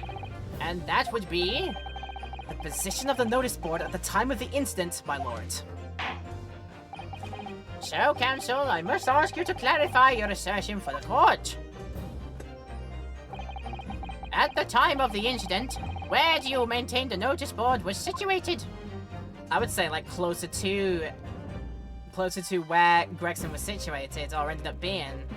That would be my guess, so somewhere here. So if he ended up being right next to it, fell over, and his hand went down somewhere here, that must have been where the board is, so we're gonna go right here. Take that! Take that! This is the only possible location. Immediately adjacent to the doorway? If the court would think back to the testimony given by the defendant earlier, he said that when he entered the room, it was dark, and he couldn't see the body. Oh, boy, heck! If the notice board had been there, the body would have been completely hidden from view, and the light from the candles would have been blocked, making the room appear darker. Objection! Objection! But the accused also claims that the victim's body simply appeared before him. That's true. Or, in his precise words... Just as I picked up the firearm to examine it, the door flew open and I heard a man scream. It was only then that the body of Inspector Gregson appeared before me. I don't know about calling it a scream, but he was talking about me and no mistake. Because it was me that kicked the door open. If you look again at the floor plan, consider what would happen if the door to the room was thrown open with force. That can't... The door struck the notice board, knocking it over and making the victim's body visible. Good gracious! My client has told nothing but the truth. He has simply described what he saw. Ugh! That would make sense, yes. Order! Order! Counsel, how has this not come to light before now? After the incident, somebody must have righted the board and moved it into the position where the police, myself, and my colleagues saw it when investigating the room. Witness! What have you to say for yourself? But you will say it after we have a quick break. Assuming, yes, I can get away with that. So yes, it's time to have another quick break here for Twitch people. We'll run our usually mandated ad break here as well. So I recommend if you need to do like me and stretch during this time, that's a great idea to do. If you're in YouTube land as well, there's not going to be a break, but do feel free to pause the video and take a bit of time for yourself as well. That's always a great idea to do. But in any case, more openings to do when we come back. More of these to do. We'll do these two next. Yeah, we'll continue and see what Mr. Man has to say for himself when we come back after the break. I'll see you in a few! Very nice, welcome back everyone. Thank you so much for your patience, as usual, in Twitch land, YouTube land. There was no, thing to be patient for because there was no break, but otherwise I still hope you're enjoying the video. Please do let me know by leaving a like and comment down below if you want to do even further, and hit the subscribe button and hit the bell so you can get updates and push notifications of more uploads in this series coming up. Then that would be an awesome thing to do as well. Thank you very much in advance if you decide to do so. Right, we're going to start this off again with some more highlights. We've got another one of the silver acrylic stands to have a look at here in the silver bags, and then we will also do one of these special blue bags which have the special artworks for the cafe collaboration as well, so some sort of special artworks for that one. So, the silver one first. We got 2 great pulls immediately. We got our Iris stand, and we got our Susato stand as well. Both of those brilliant pulls. Do we get somebody else here? Reminder that there's a choice of 8 that we can get in this series. Will it be a dupe, or will it be somebody new that we get? Let's have a look. Let's have a look. It is... it's Soseki Natsume, surrounded by kitties! Oh, okay then. Not entirely too downbeat by that. That's actually really nice. I love the little kitty drawings. Little kitty out there. Which one's Waka High? Which one will be Waka High? Down the bottom there. That one's Waka High. Can you quite see? Can you quite see? There you go. Down the bottom there. That one's Waka High. Yeah. That's really nice. I like that one. And 3 for 3 of different stands in that one. That's really good. But now, we go to our special blue pack here, of which one there is a choice of 7 from this set here, you can see. 7 notes here. These are the special artworks for the Capcom Cafe collab as well. It's always also Pokemon News Day. Oh, interesting. I get new, is that more news of ZA then? We'll see. But yes, it's time to find out what this one is. And will it be one that I keep, or will it be one that I offload to a friend? Who knows? They've done a label right over the way you open this up on, so, got it. Got it, alright. Special artwork could be any of these 7, again, that you can see. Let's just get a double check and see. Any of these 7. In fact, some of the same artworks that I got from my postcards and coasters that I got from visiting the cafe. So who do I get today? It's it's actually gonna be Secret. It's secret for now, but when we open it up to see what's in, we'll know. All right, inside here, let's open it up like that. It's a Eugene. I think that's Eugene Mikotoba. Yeah, honestly, that's... yeah, fair enough. Got myself a Eugene. Okay. It's a fair enough start on that one. I'm pretty okay with that. Not too bad, not too bad. So I will set that to the side as well, back there. And yes, we'll have that there. We've got 2 more openings to do, which we'll do in our next break. Probably, yes, I haven't checked what's supposed to be revealed today. I see. But yes, we got another one of these, we got another one of these silvers to open up, and then another one of the special blue ones for the Cafe collab to do, which we'll do in our next break. So look forward to that. I'm looking forward to it as well, see what we get, what else we decide to get from that. But for now, we must continue with game. So let's get back to it and do some more. So we've got Witness to explain their situation. Witness, what do you have to say for yourself? What? Me, my lord? You and your fellows were at the scene before anybody else. It goes without saying that you must know something about the position of the notice board.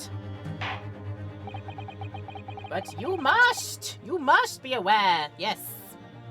I don't think I need a fan anymore, honestly. I reckon I'll survive. There we go. Okay. The witness in the stand will testify again. You will each explain exactly what you did upon arriving at the scene of the crime. Oh, yeah, stop looking over your glasses at me. I'll get the message. He contorts himself in such a weird way when you get him on edge. Make it look like a freaking DNA strand. Like, wow. The mystery of the moving board. Please testify about this, please. Oh, I don't know anything about that there notice board. Just want my hands on it, that's all. Well, don't look at me. I haven't got a clue about it. I was doing business for some second years at the time. I know nothing about anything. I know nothing. I'm just a bystander, me. Just at the sign at the crossroads of life. It was that Reaper, I bet. He's got a face that screams bored. I can't see how this changes the things anyway. The detectives still died when we heard the gunshot. Alright. Sure, none of you can elaborate further. shaken by the crime they witnessed and with only the light of a few candles and an oil lamp by which to see. We can't expect these witnesses to be able to give a more precise account of what happened. That's right, yeah. You don't pay to expect too much. It's man's endless quest for knowledge that's destroying the world. That's what I think. Do you? Really? In any case, as this testimony shows, even if the notice board was moved by someone following the incident, it makes no difference. When the gunshot rang out, the accused was the only person at the scene. Duh? In short, the only person who could possibly have committed this crime is Barak van Zieks. None of this wrangling over the board changes that simple fact. Quite so, quite so. Does the defense still wish to cross-examine the witnesses despite the circumstances? Most certainly, my lord. Thank you for not making me choose that. Very well, then you may proceed, counsel. Cheers, my dear. Cross-examination. The moving board. What is its name? Phil? Phil board? I'm gonna call it Phil, because, lol. Okay, my usual thing to do, because I can't see anything immediately jumping out at me, is to press! Hold it! So you admit that it was the board you wiped your bloody hand on? Admit it? And what's to admit? It's that plain as day for all to see, a smashing print of me right hand. Perhaps you wanted to hide that handprint, so you righted the notice board and pushed it into the corner, did you? No. Imagine the weight of that great lump. Do I look like a powerful and well-nurtured man? Well, did you see anybody else moving the board? I've got nerves of steel, I can tell you, but even I have my limits. There was a body on the floor in front of me and the Grim Reaper himself standing over it. And there was precious little light inside either. My bottom lip was all a quiver. Bulletin board, very nice, very nice. 22 minutes to reveal for the Pokemon stuff. Okay, that is. Hope you enjoy. In other words, this witness is unable to give definitive testimony on that point. Yes, so it would seem. Alright, ignore him completely, I see. Haven't got a clue about it. Was doing business with him second years about it at the time. Alright, hold it. When you say you were doing business with them, do you mean you were selling them fireworks? Oh yeah, what else? There's the Priory Guild just round the corner, see? Those two little so-and-sos have got a plan to blow their skill to Kingdom Come. Is one of them called Forks, perchance? I read about that in the textbooks. So I've been telling on them, letting their teachers know what they're up to. Oh, you have? Somewhat very altruistic, but okay. Yeah, wouldn't want anyone to get hurt. So I let the school know the kids are playing with dodgy toys. Then, praise the Lord, the teachers take all the fireworks off them. And then, praise the Lord again, the kids all come back to me to buy more. Everyone's happy, see? Oh, what a racket. Course. And sometimes teachers give me a little bonus to thank me for letting them know. It's a busy old life, selling explosives. Venus is a guyful goddess indeed. I'll tell you barefaced lies, it's kind of my thing, really. I'm ever so good at it. Really, Sandmit, Mr. Samich. Excuse me. Might have a word on that. Excuse me. Is something wrong, Mr. Stamich? If I said it was, could we just leave it at that? Wouldn't it be the end of it? No. Did Miss Venus's statement just now bring something to mind, perhaps? Philosophical thoughts. Deep philosophical thoughts. Huh? Let's say there was a great liar. And that great liar said without batting an eye, telling barefaced lies is kind of my thing. I'm ever so good at it. Would those words of hers be a lie too? Or the truth? In which case, she's not a liar. Oh, it's a hellish paradox, that one. Don't you think? I'm not entirely sure, to be honest. But it seems to me you're suggesting Miss Venus has been lying. Are you?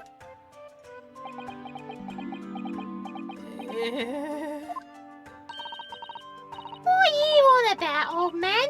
Trying to cause trouble, are ya? Keep on like that. And I'll wrap your whole body in firecrackers and set them off. I'll give you something to tremble about.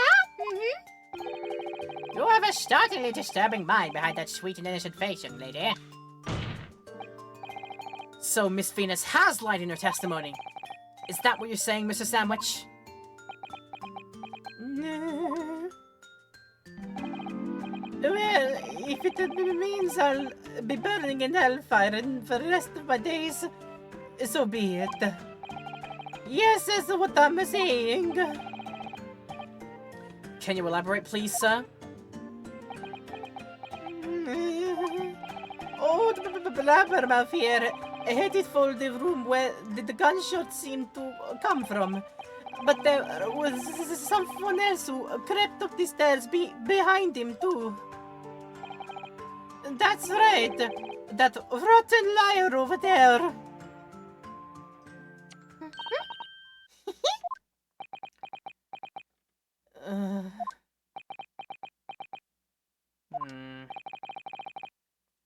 Do you mean to say that you did in fact betake yourself to the scene of the crime after all?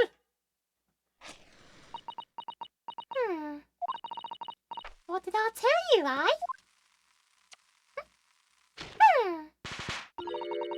said I was good at telling barefaced lies, didn't I? Yeah, you mentioned it.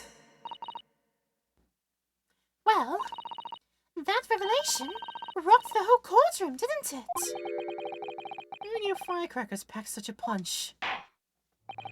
So you did indeed visit the scene of the crime, did you, young lady? Good grief! Well, now you come to mention it, I suppose perhaps I do clearly remember climbing the stairs to the room, yeah. Either you clearly remember it or you don't. I shall consider a fitting punishment for this perjurious act later. For the time being, you will immediately amend your testimony to reflect the truth. Oh yes, my lord, of course. Which we must continue to peddle with after the fact. Maybe I did sneak along behind gossip and have a little peek into the room where it all happened. Maybe you did, then you must know what you saw then. Let's go. Hold it! You make a habit of lying, do you, Miss Venus? Well, I suppose so. I don't really know, to be fair. If you want my advice, though, I'll take everything I'd say with a big pinch of salt. Alright. But you did in fact go into the room where the victim was killed on the day in question, didn't you? Oh, please, as a forward. I can't think of anything more terrifying. The truth, please. Well, alright, just a bit then. I mean, a girl my age is curious about stuff, you know? Did you touch anything at the scene? Oh, please, as if I would. I mean, there was a dead body on the floor. The truth, please. Well, alright, just a bit then. I had a look to see if there was anything I could sell. So I did give the place a once-over. There was nothing to write home about. Right. Now, I hesitate to ask, but you didn't move the notice board by any chance, did you? Oh, please, if I would touch anything like that. Just a few bits of loose change, is all I had. The truth, please. alright then. Thought there might be something worth having underneath it. So I blasted the flipping thing. Flipped the blasted thing. Eh? You're telling us that you did move the board? I think that did slip out, didn't it? Oh, you daft poor pot! I don't believe it. The girl doesn't think. So, did you find anything then? Something that you might have taken, perhaps? To sell? Oh, please, I should be so lucky. The truth, now! Oh, I might have found this old pocket watch under the notice board, I suppose. A bit of old junk like this can't be worth much and... Ah! So it was you, was it? You're the one what took it! Gina? Young lady, may I remind you where you are? That watch there! That was a present to Inspector Gregson from Yard for a big case he sold 10 years ago! The Professor case, no doubt. The boss used to wind up every evening without fail when he was waiting for his scrub to come at pub. I see. I swiped it off him once and blimey was he upset. He gave me a right earful. Said he outmissed a day in the last 10 years polishing it and widening it. It meant the world to him, that watch did. Possibly not the best thing to go diving for then. It's not all that though. I took it to James that night to ask how much of his worth, but the old dealer wouldn't touch it. Won't give me a penny for it. Said it wasn't working. Not to bat and worthless, he called it. Ugh! I knew I should have lifted it! That watch must be submitted as evidence at once. Oh, please, just so long as you promise to give it back when we're done. Not a chance! I'll swipe it from you if you try to get your grabbing mitts on it again. That's enough. Hand over to the watch. Hand the watch to the bailiff forthwith. Oh, now, children, watch your manners. Good Lord! The glass appears to be broken. More than likely, it shattered when the inspector was shot. It don't tick anymore either. It isn't like James didn't want it. Oh, what a waste, eh? Yes, indeed. It appears to have stopped at the hour of 5. Exactly when the gunshot was heard, then. Which supports the prosecution's claim, of course. The number of crimes this girl is admitting to, just a smidgen of them, yes. A handful. Gregson's pocket watch added to the court records. A pocket watch that he wound without fail every single day, but it's no longer ticking, and the glass over the face is cracked. Well, it would appear that the mystery of the moving notice board has been solved, at least. And as predicted, it had very little bearing on the case. Now then, continue with your cross-examination, please, counsel. Geez, we've only been halfway through this bloody thing. That one took a while for us to do. And don't know nothing. I know nothing. Hold it! But you did go to see what had happened in the room, didn't you? Fresno Street is my whole world. It's all I know. And I know all of it. I have to make it my business to know if I want to hold my sign up high. So you did go to see what had happened? It's not the destination that's important. It's how you get there, isn't it? Did you notice a notice board in the room? If you think about it, we're both the same species, are we? Both different members of the sign family. So if I disputed it, I might have tried to trip it about the sense of rivalry, I admit.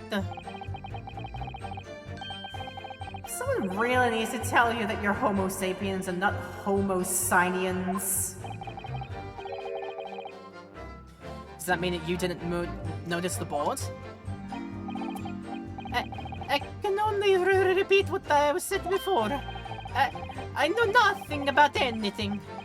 Just a bystander, just a sign at the crossroads of life. In which case, just who was responsible for moving the notice board?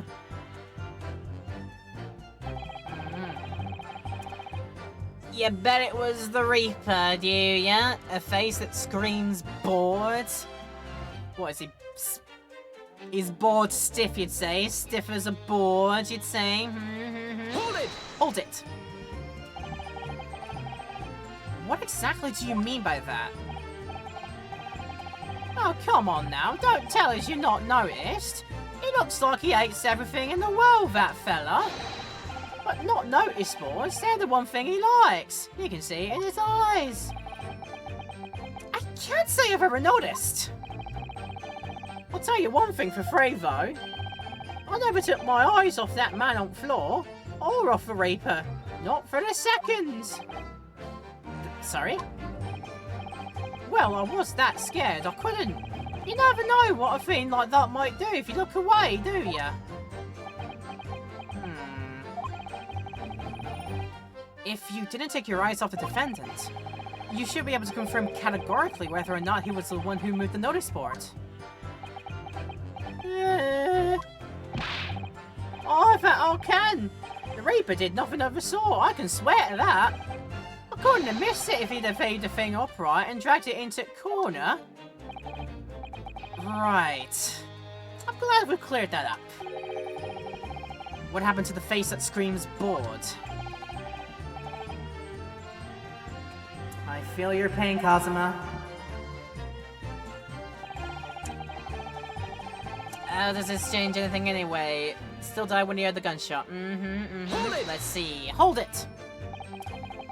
It was 5 o'clock in the afternoon that you all heard the loud bang, wasn't it? Maybe the notice board fell over. Or maybe it didn't.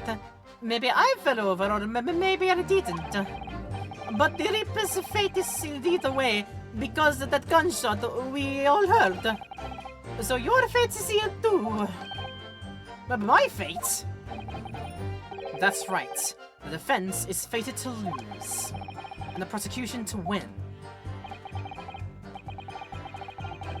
In other words, it all hinges on that single gunshot.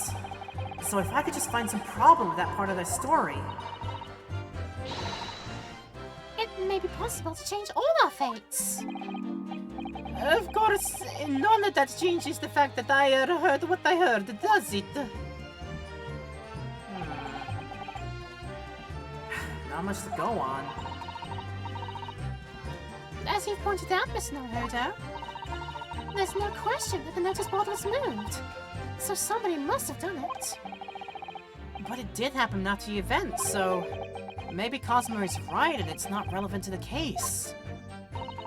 But it seems to have been deliberately positioned so as to hide the body from view. So I feel sure that there's some deeper significance to all of this. Yeah, I know what you mean. I've no doubt that there are more clues to be uncovered.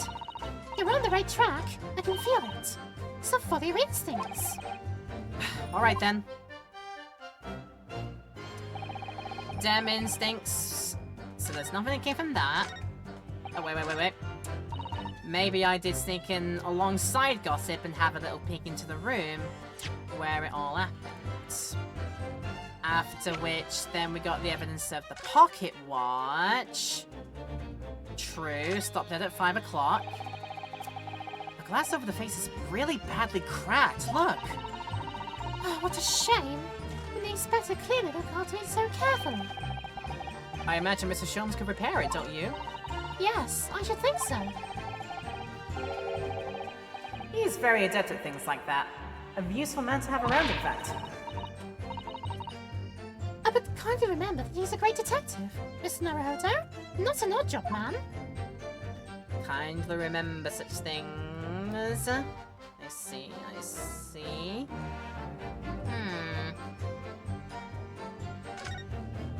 But okay, then the winder is missing. Something that looks like. There's a tiny little stub sticking out from this small hole here, look. I suppose there must have been a little knob or something for setting the time. In that case, seeing as we know the inspector took such good care of his watch, it probably broke when the incident occurred, didn't it? Yes, of course. Which could mean that there's a small part of the watch still at the scene. Maybe. Maybe. Ah, there's a tiny little keyhole here. Can you see? Oh yes, that's probably for the winder to use to wind up the mechanism. It looks a little unusual, don't you think? Yes, you'd need just the right key to wind it, I imagine.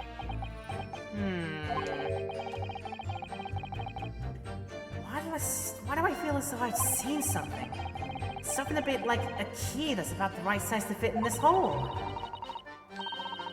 It would be wonderful if we had the key. Let's check over carefully over what we've already found.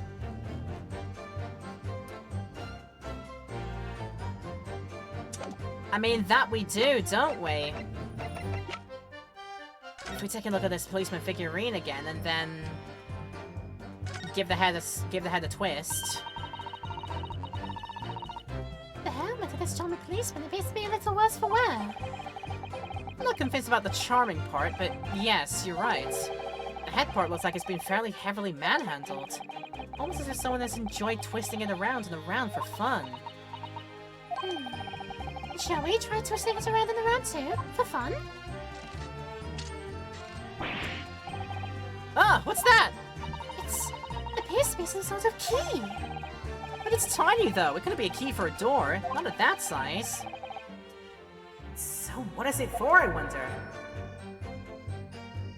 Well, what about we examine and find out, Mr. Zato, do you think perhaps this key could be the key for Inspector Gregson's watch?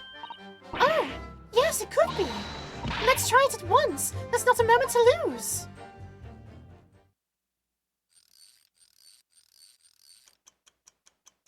Dun, dun, dun, dun, dun, dun, dun. Aha. I knew it! A perfect fit! And look, Should I not think that? and look, the inspector's watch has started going again. Ah, so it had obviously just not been wound up, that's all. What is it, Mrs. Zato? Well, if the watch isn't actually broken after all, I have a feeling it could have profound implications.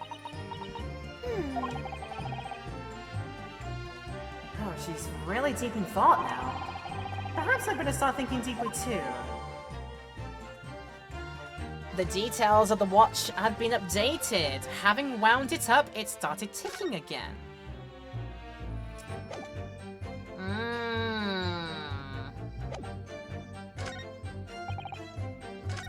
Bystander, got a face at screen's board. Detective still died when we heard the gunshots.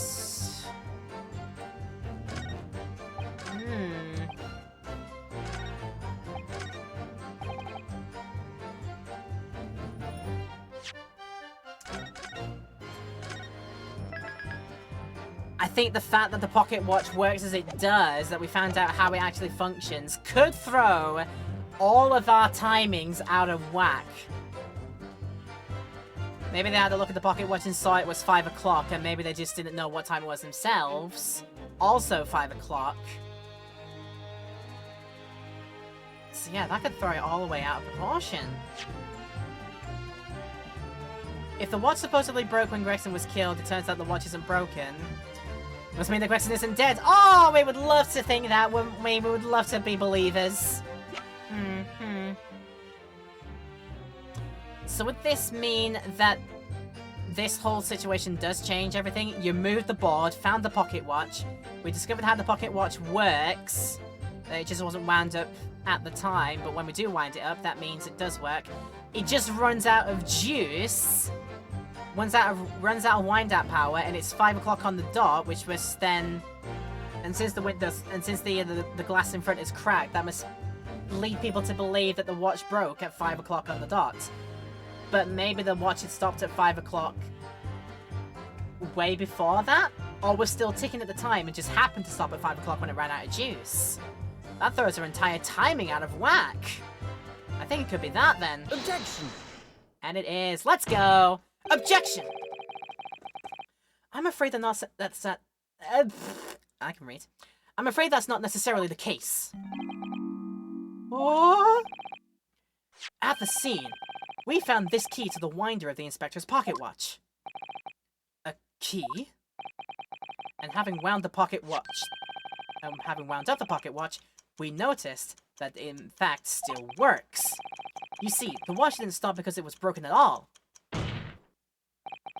And that fact completely undermines one of the most fundamental premises on which its entire case has been built. What? Wasn't actually 5 o'clock. Order! Order! But counsel, the watch was stopped at almost exactly 5 o'clock. Yeah, which is just when we heard that gunshot. It is exactly the hour. The time that was showing on the watch tells us nothing other than when it wound down. It's merely a coincidence that it happened to be at 5 o'clock. Objection! Objection! Even if that's true, the 3 witnesses here all heard the gunshot at 5 o'clock. So that's obviously when this crime was committed. Objection! No, that doesn't hold. Why not? Recall what Inspector Lestrade said only moments ago. The boss used to wind it up every evening without fail when he was waiting for his grub to come down that pub. Said he hadn't missed a day in the last 10 years polishing it and winding it. It meant the world to him, that watch did. The victim was in the habit of winding his watch once a day in the evening. We can reasonably assume, therefore, that he wound the timepiece on the evening before he died as well. Yes, that would be entirely reasonable. But if that's the case, you wouldn't expect the watch to have completely wound down by 5 o'clock the following day. Oh, aye! How'd you explain that then? In summary, the evening before the day of the incident, when the gunshot rang out in that room, the inspector was already unable to wind his watch. You can't mean... What would stop a man winding his watch if he's been in the habit of winding it every single evening for 10 years? The obvious answer is that he was already dead! Oh no! Order! Counsel, that is a most extraordinary claim! Objection! Objection! Extraordinary isn't the word. It's absurd! You claim he was already dead the night before? Do you really think that Scotland Yard's coroner would have overlooked something like that? But she did! She totally overlooked it! There's nothing recorded on the time of death! Nothing's there! Either a rookie mistake, given that she's probably the new coroner now, because Courtney Syve was locked up for things. Oh, there's a reason why she couldn't write it down. We'll see. On that subject, there is something rather surprising. There's actually an omission in the coroner's report. The time of death is not noted. That's right! Wait a minute, you're forgetting that my legs went from under me when I kicked the door in. Wait, was she killed too? The coroner? No, we caught her as we caught her as responsible for a murder, being one of the true accomplices to the murder that occurred in our previous case. So she's now away in jail, basically. Yeah. Well, what do you mean? What I said, I'll put in my hand in a dirty great puddle of blood. No, I mean the new one. No, I don't think we know the new one on a face-to-face basis just yet, but I have a suspicion. I have a suspicion who it might be, but we'll see when we get to that. In fact, are they in our people's list already? Susanoo, Herlock, Iris, Eugen, Jigoku, Gina, Male Strongheart, Barak, Eva Vigil, Daily Vigil, Barricading, Tobias Gregson, Kazuma, Gossip, Venus, Sandwich. No! Our new coroner is not in this list. I don't... She's not in there. No, she's not. Yes! So the victim's blood hadn't dried. It was fresh. He catches on fast, doesn't he? Objection! Objection! But that blood could be explained in any number of ways. It could have been put there afterwards. Some fresh blood could have been poured over the victim's body after Objection! Does my learned friend think that fresh blood is available on every street corner? Duh! Well, it needn't necessarily have been human blood, of course. Duh! We've been told previously that Scotland Yard has no way to identify human blood. The problem is currently being researched. At present, you are correct, as it's beyond our abilities. So then, a chicken's blood could have been used, for example? It's certainly a possibility that it wasn't the inspector's blood at all. Objection! Objection! But the gunshot was heard at 5 o'clock that afternoon. That's beyond question. Is it though? Just looking at him like that face that Chris Hemsworth as Thor pulls in Ragnarok, just like, is it though? Just like that. Blood is available at every corner. It comes in still moving bodies. In still moving bodies or in livestock or the other. Yeah. It can be explained in any number of ways, but we'll find out which one the game chooses later. But yeah, is it though? What? Given that the time of death the victim has already been called into question, it isn't beyond the realms of possibility that what these witnesses heard wasn't a gunshot at all. Oi, please, what are you trying to say? Us lot know what we heard, and it was a loud bang that came from that there room. Now you listen to me. A street seller's ears are his livelihood. I don't doubt your ears, sir, but all you can state with certainty is that you heard a noise. Aye? Explain yourself in council. A noise that sounds like a gunshot could have been made with somebody messing about with firecrackers. In fact, we haven't had a look at the firecrackers yet, have we? Just in case there's a thing on them that says... Can we have a look at anything on these? There's a fuse that will make it all work. Yes, yes, a gun, but at the same time, these all go bang as well. Have you had an idea, Mr. Naruhodo? You're staring at the end of the string of fireworks. Oh, sorry. It's just that it's the Venus Special. I was wondering what 600 pence worth of fireworks would sound like. Shall we find out? What? But she said it could blow up the courtroom. Bang! All right. That was a fairly sizable bang. Oh, my ears are still ringing, Mr. Naruhodo. It sounded almost exactly like...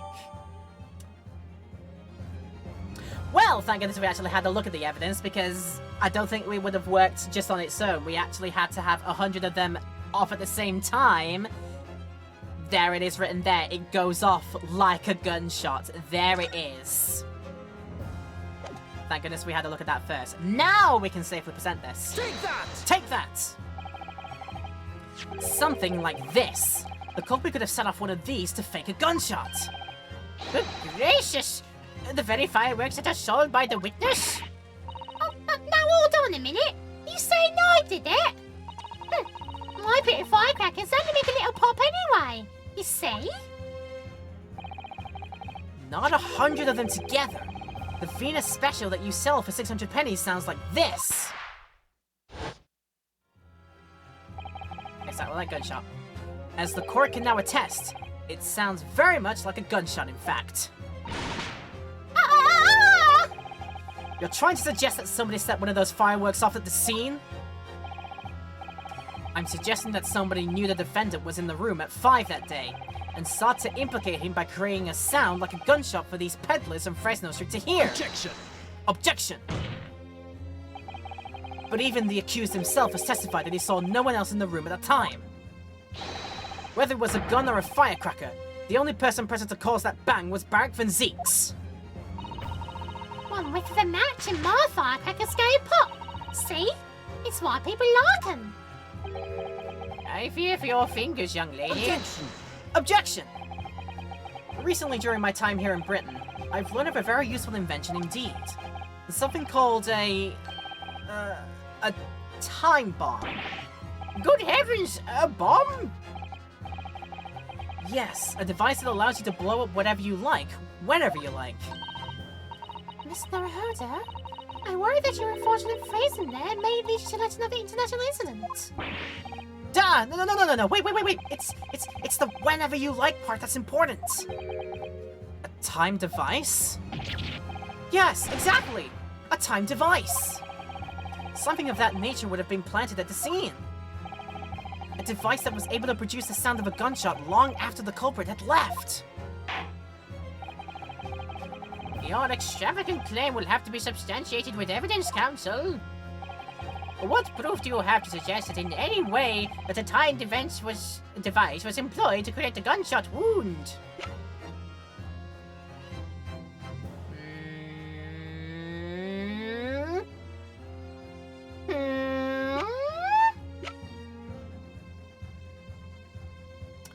When it starts winding down and completely stops. Could be a trigger. I think so. Let's confidence save first and then let's go for it. But I think I think we're getting there on that one. So, gotta go what the dogs then. See you later. Of course, pal. Of course then. Have fun with your dogs. As usual. Alright, let's do it. I think it's this. Take that! Take that!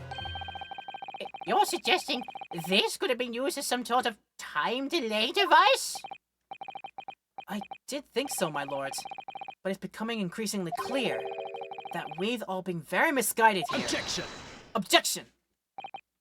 Yes, by you. What? No, counsel, the time has come for the penalty without delay. Oh, shoot. Okay, that wasn't right. Ugh. No time to clear the area before the blast.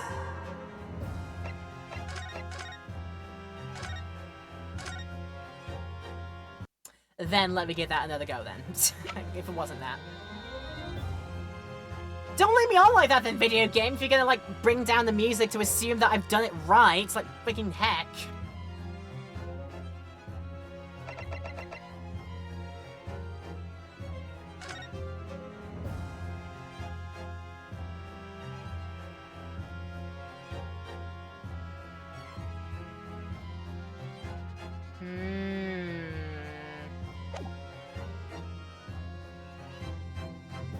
Maybe? Yeah, that could, yeah. That charm mark from firecrackers set on top of that candle. Oh, wow, alright then. Yeah, that does add up. As the court has already discussed, the tip of one of the candles in this candelabrum has been blown off. Indeed, because it was struck by the bullet, which presumably passed through the victim. I don't think that's possible, my lord. Not possible? Why? Because of the scorching. There are gunpowder scorch marks clearly visible on the broken candle. There are? Oh, goodness, yes!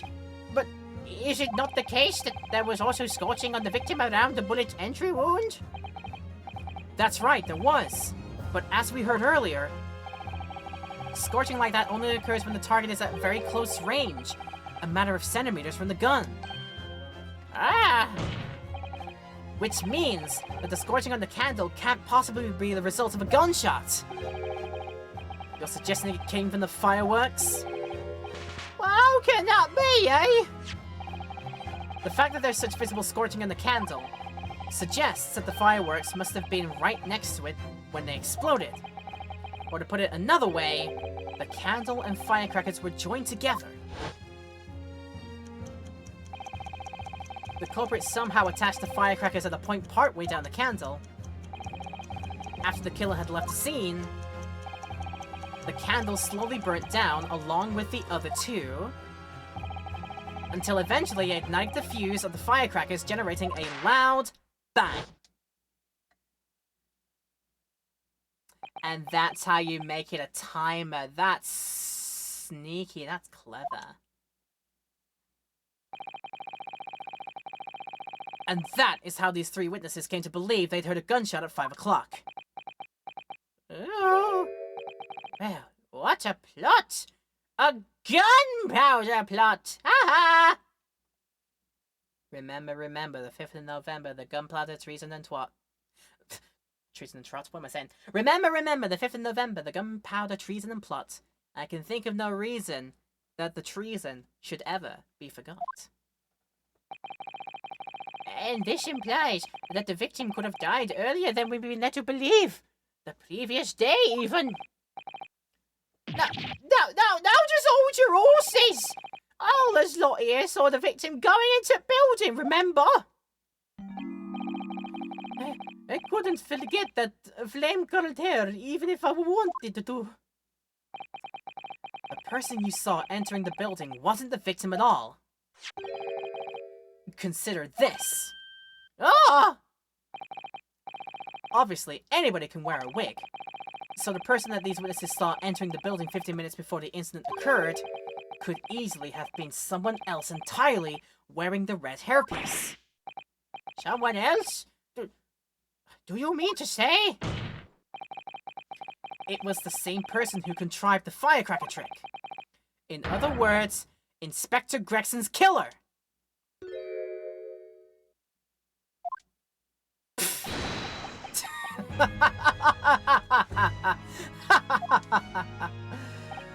Oh, very impressive, Yunosuke Naruhodo. Kazuma? I'm really quite amazed you've come this far. But after all, wasn't I the one who told you that you had all the makings of a great defense lawyer?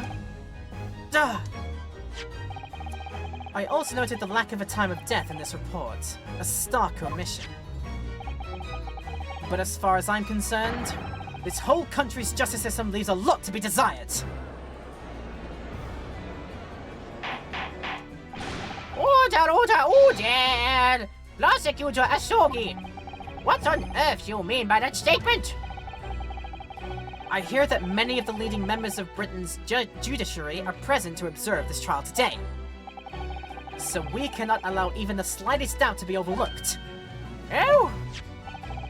The defense's assertion about the time of death based on the victim's stopped watch is just conjecture. But, while the possibility exists that my learned friend may be correct, we have a duty to explore it. Well, certainly, I would agree with you. And what immediately comes to mind is, of course, what was Inspector Gregson doing, and where did he go on the day before the incident? Do you know? The inspector always carried out his investigative work alone. His movements were treated as confidential within Scotland Yard. Even within the Yard? However, considering the evidence we've been presented with so far, I'd say it's fairly apparent that what case the man was pursuing.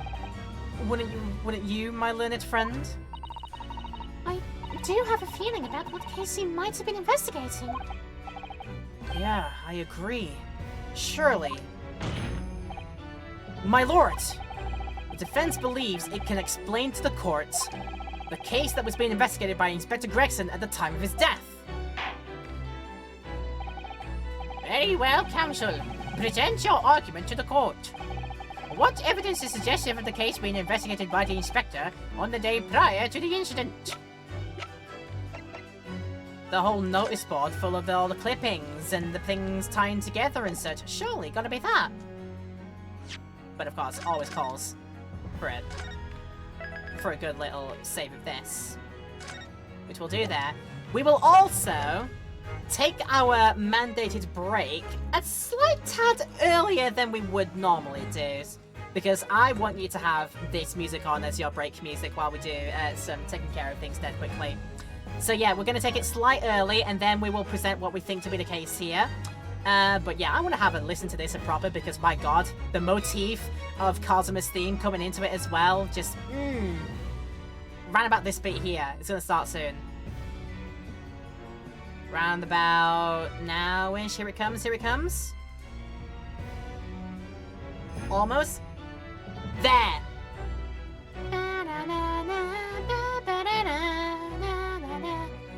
Mwah! Pure... I was about to say pure cinema, but this isn't cinema. This is video games. This is video game music at the end of the day. Right, yeah, we're going to take our break a bit early now, so if this is a time for you in Twitch chat to take care of some business during the intermission, then please do that. In YouTube land, there will be no such thing as a break, but if you'd like to pause and take a bit of time for yourself during this very, very long video, it's always a great idea to do that and make sure you're taking care of yourselves. When we return from the break, 2 more things to unwrap and see what we win from these. Very, very much looking forward to seeing what these are, but we will do that after we come back from our break. So I'll see you very, very soon in a few minutes. I think I've probably found one of my new favorite pieces of video game music from this video game in particular. This is such a great theme. I love the addition of Kazuma's motif in it as well for his prosecutor theme. Just love it. Alright, welcome back everyone. We're going to do maybe our last little portion of today's stream for now, for our highlights as well. Welcome back everyone in Twitch land and YouTube land as well. If you'd like to know, if you'd like to get on board with more of these streams, you know what to do. And let me know if you're enjoying what we're doing here. Yet another app game, but damn, I want my puzzles phone will leech me more of my time. So yeah. Want to do some puzzly stuffs, yeah. At the same time as this going on as well, there's been some more Pokemon information come out for like new projects and such, so people have been gushing wild over that one, waxing lyrical and such. But what we want to wax lyrical over for is who we get from our final 2 pulls out of these. Our last 2 acrylic stands. We're going to do our last silver one, which is going to be deciding who we get to join our friend Iris, our friend Susato, and our friend Sosuke Natsume. Oh, sorry, Soseki Natsume, I should say. Yeah, so we're gonna. Who's our 4th person gonna join? Is it gonna be somebody new, or it might have been a dupe? So we'll have to wait and see. We open it up, and let's see who we get.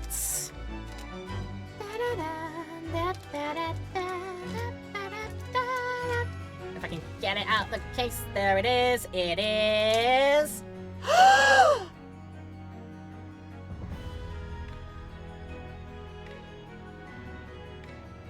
I think they can expect I might send that over to them as well.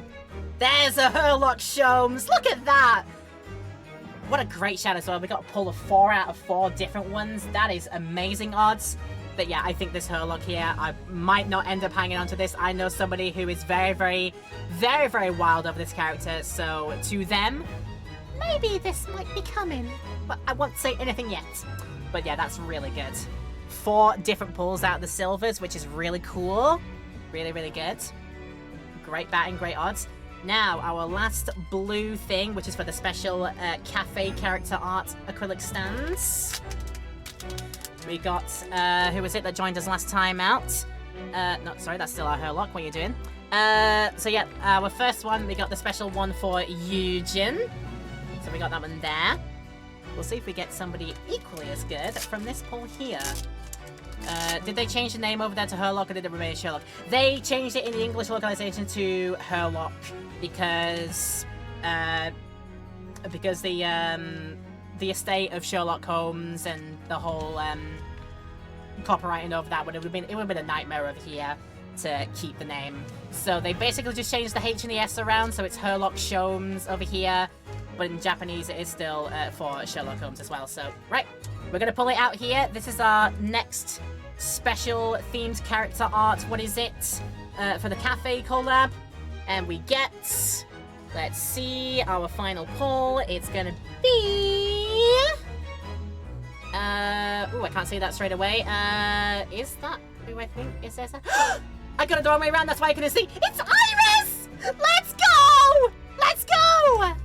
This one is mine for sure. This one is mine for sure. To go with... Oh, wait, where is it gone? Where is it gone? It's somewhere over here, isn't it? Isn't it? Yes.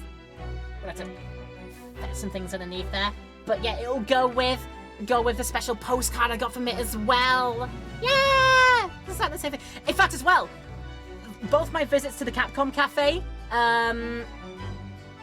the big postcard you get at the end for like spending so much in the cafe, the thing at the end there. The other one I got also was Yujin, and poetically, very, very poetically, my two special acrylic stands from this collaborate so far is the Iris and the Yujin Mikotoba. What are the freaking odds I get both of them in postcard form and then both of them in acrylic stand form? What are the freaking odds? Wow. I'm just very happy. I'm very happy with this Iris pull because she is an absolute adorable being, this Iris. I love them to bits. So yeah, I think I'm overall very pleased with all my pulls. Very, very happy with them. Let's go with all of my, what is it as well? I at least got him on a, on the thingy there as well. I got the pull for Gina as well, which is a really good one. I got Raymond Bammy. In fact, I got two of Raymond Bammies, actually. And then I also... Should have had a Susato somewhere? Maybe I didn't pull that one out quite right. Did I? I know I have a Susato somewhere as well, but maybe that's got walkies. I'll find it later, but yeah. But yeah, fantastic pulls of these two acrylic things. These two special cafe thingies. Iris and Yujin. Brilliant stuff. I love the Iris artwork. And I essentially doubled up on the Iris. Look at that! You know what? I'm very happy with these pulls. No dupes. I'm very happy with the no dupes front. So yeah, I'll take those odds. It's pretty. Yeah, it is. Very, very happy with those. Might even tempt me to like go back and see if I can like fetch some more. If I get some dupes of those, maybe I hand them off to friends as well. We'll see. But yeah, great stuff. Great pulls. Very, very fun to do all that. And now we have this question to answer. It's pretty. We have this question to answer right here. What evidence is suggestive of the case being investigated by an inspector on the day prior to the incident? Surely it must be the fact that there's a big old racking notice board of newspaper clippings and reports and everything done up on the board with like pins and such. He's trying to connect all the dots and everything. It must be this. Take that! Can't be anything else, right? Can't say that I find your suggestive in particular. Other than perhaps start relying on that much you have clarified most sensibility. Oh, shush you! Congratulations, Yunosuke Naruhodo. You deserve a reward for that expert display. Ow!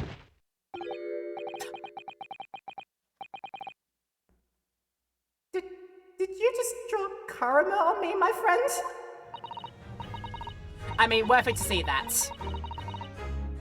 Yeah, there's another piece of evidence. Clearly, it's not that then. I mean, fun that we got to saw that particular exchange go up there. Like, I literally got attacked by my so-called friend. How dare. No, I'm thinking way too far ahead. It's this. It's the photograph here that was on the thing for our other... Yeah, what was it? The disappearance of the... disappearance of this guy here. Photograph of Mr. Vigil. Disappearance of this dude.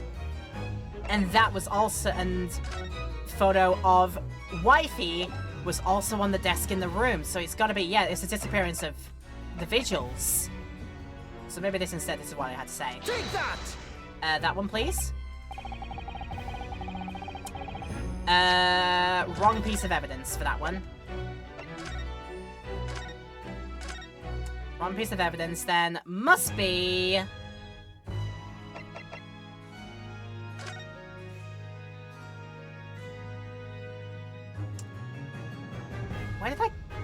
Where did I get this image from?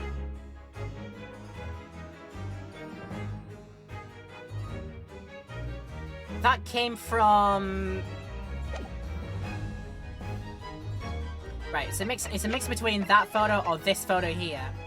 Let's try this photo first, just in case. Then I think I've now got it understood. Okay, I've got it understood now. This is all about what happened to Mr. Clint. The person on the left is Lord Clint Van Zieks, and what happened to them at the end of the day. I can't remember who gave this to us. Was it Cosmo who gave us this, actually? Must have been, yeah. Picky today, aren't we? Yeah, I'm picky as well, it turns out. Trying to figure out which one is actually the right pick, but yeah, I think he's trying to investigate Clint Van Zieks' demise, isn't he? Take that! Really now?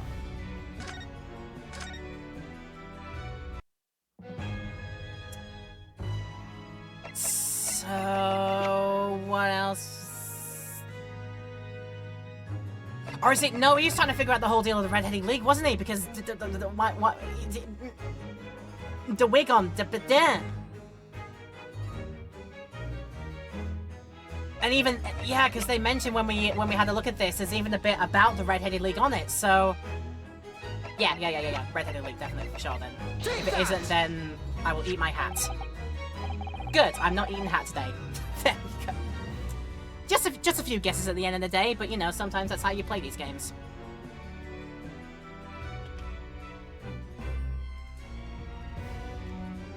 You use your confidence saves wisely. I believe this red hairpiece points to the answer. Duh. We might assume it was part of a disguise used to carry out an undercover investigation. Surely not! Such a brightly colored hairpiece would only serve to make the inspector more noticeable. Yeah, that's quite true. It would definitely have made him stand out in the crowd. Except, that is, in a crowd of gentlemen from the Red-Headed League. The Red-Headed League? So, you've already worked it out. What on earth is all this about?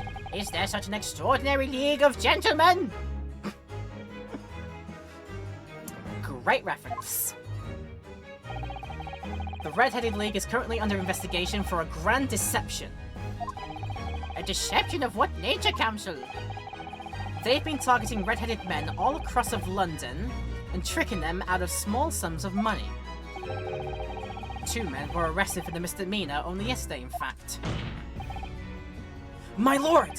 The defense calls for those 2 men to be summoned at once. 2 redheads? Inspector Gregson clearly infiltrated the Red-Headed League using this hairpiece, so it's very likely that he had direct contact with these criminals. And it's quite possible that such contact led to more serious events.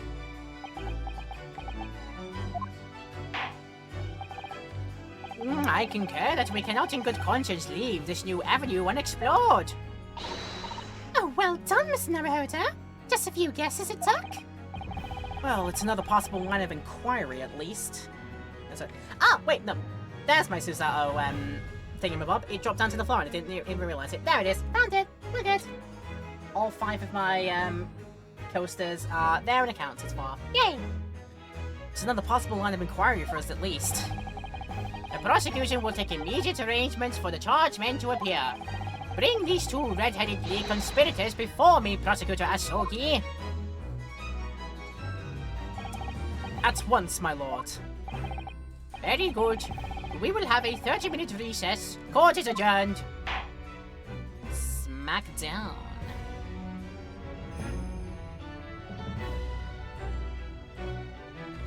Thank you for ending this particular section on this little bit here. It's so good.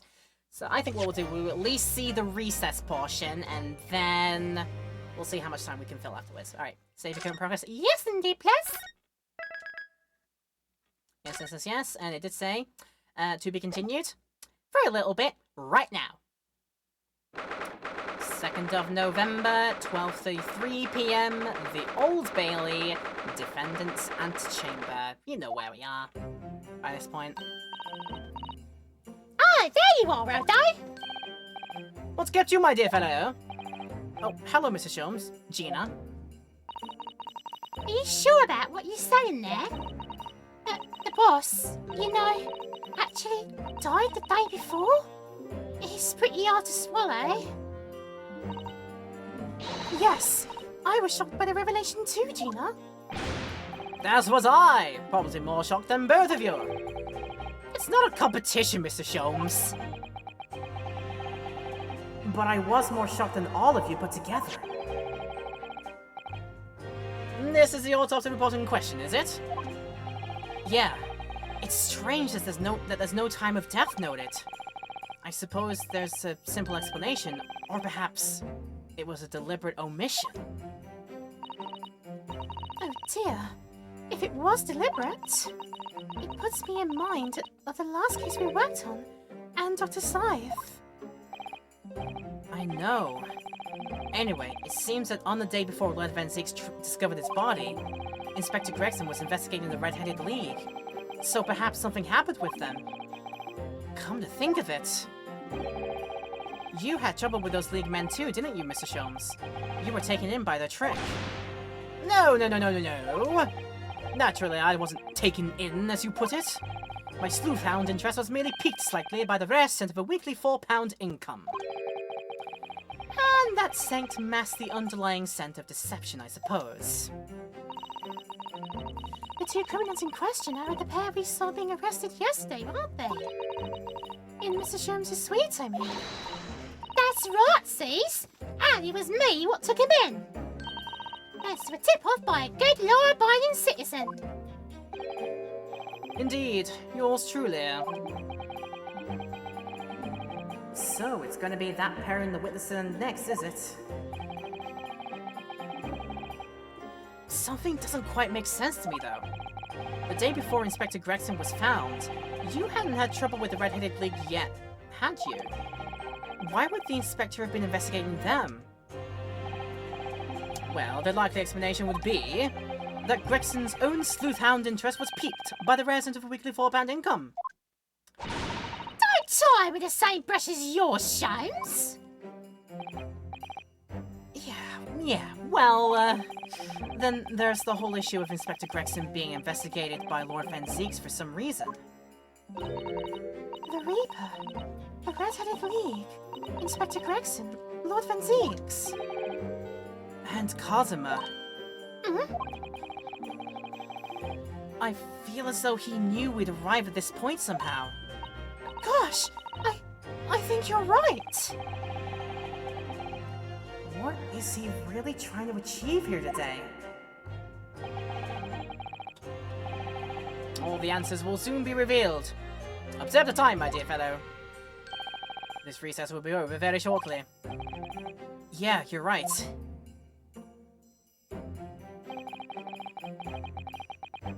Cosimo was determined that he should be the one to prosecute this trial.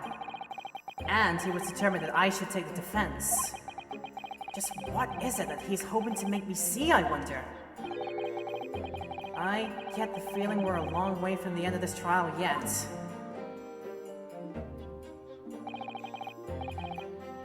Are you ready then, Mrs. Otto?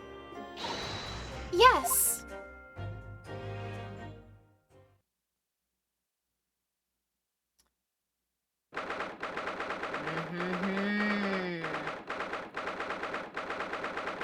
Okay, the resumption of our trial period is unfortunately maybe going to have to happen next time, because this is a perfect cutoff point, I think, unfortunately.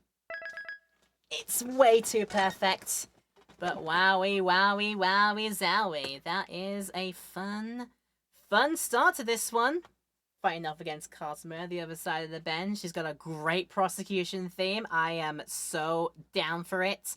It's a brilliant piece of music. And we're getting some very juicy, brilliant details about this whole shenanigan. So, next time out, we continue the trial. And maybe see what happens after the fact. But for now, that's going to be all that she wrote.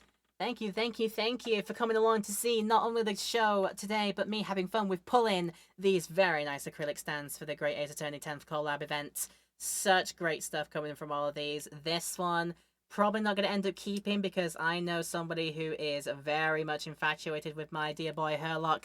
But I did get some great ones on the side as well. Got all of these lovely ones. Got my lovely Iris. Very nice. Got a Susato. 2 perfect ones for me. I got a bonus Natsume Soseki as well. That's really cool. And then for the special cafe collab, 1 for Yujin. And again, brilliantly for me, 1 for Iris. That is... I'm so happy with all of them. So happy. Got a bunch of good stuff. Might be tempted to go back to the store and pick up some more. See if I can get like some of the other ones. Or maybe get some dupes that I can pawn off to some other people. Or just give away as gifts. But yeah, all of those. So good. Very, very nice stuff. You can probably see me like put up some of these at some point later. But yeah, maybe later. For now though, lovely stuff here. Twitch people, thank you so much for tuning in to this stream here. If there has been any part that you'd like to see back or you've missed in today's session, you know where to go next week for this VOD coming out on the YouTube channel. So go over to Laura Petal VOD about a week's time from now to see this episode come up. But of course, go over there to check out all the other episodes coming up of our various series that have been uploaded very, very recently. And if you are watching this right now in our YouTube VOD after the fact, thank you for tuning in. I hope this was a fun ride for you. It certainly was for me. I hope we've improved your day by letting you stick around and watch this whole video.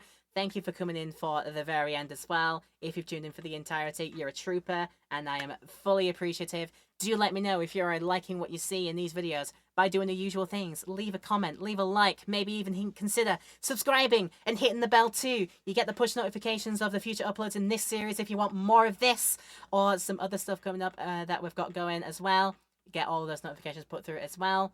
And yeah, if you look in the description, all of my social links are down there too. So if you'd like to see me on other places and maybe as well come along for the rides on the live streams on our Twitch page, I could be very much going live right now. We usually do Tuesdays, Thursdays and Saturdays. So come along for the ride on twitch.tv/Laura Petal at some point. Would love to have you there.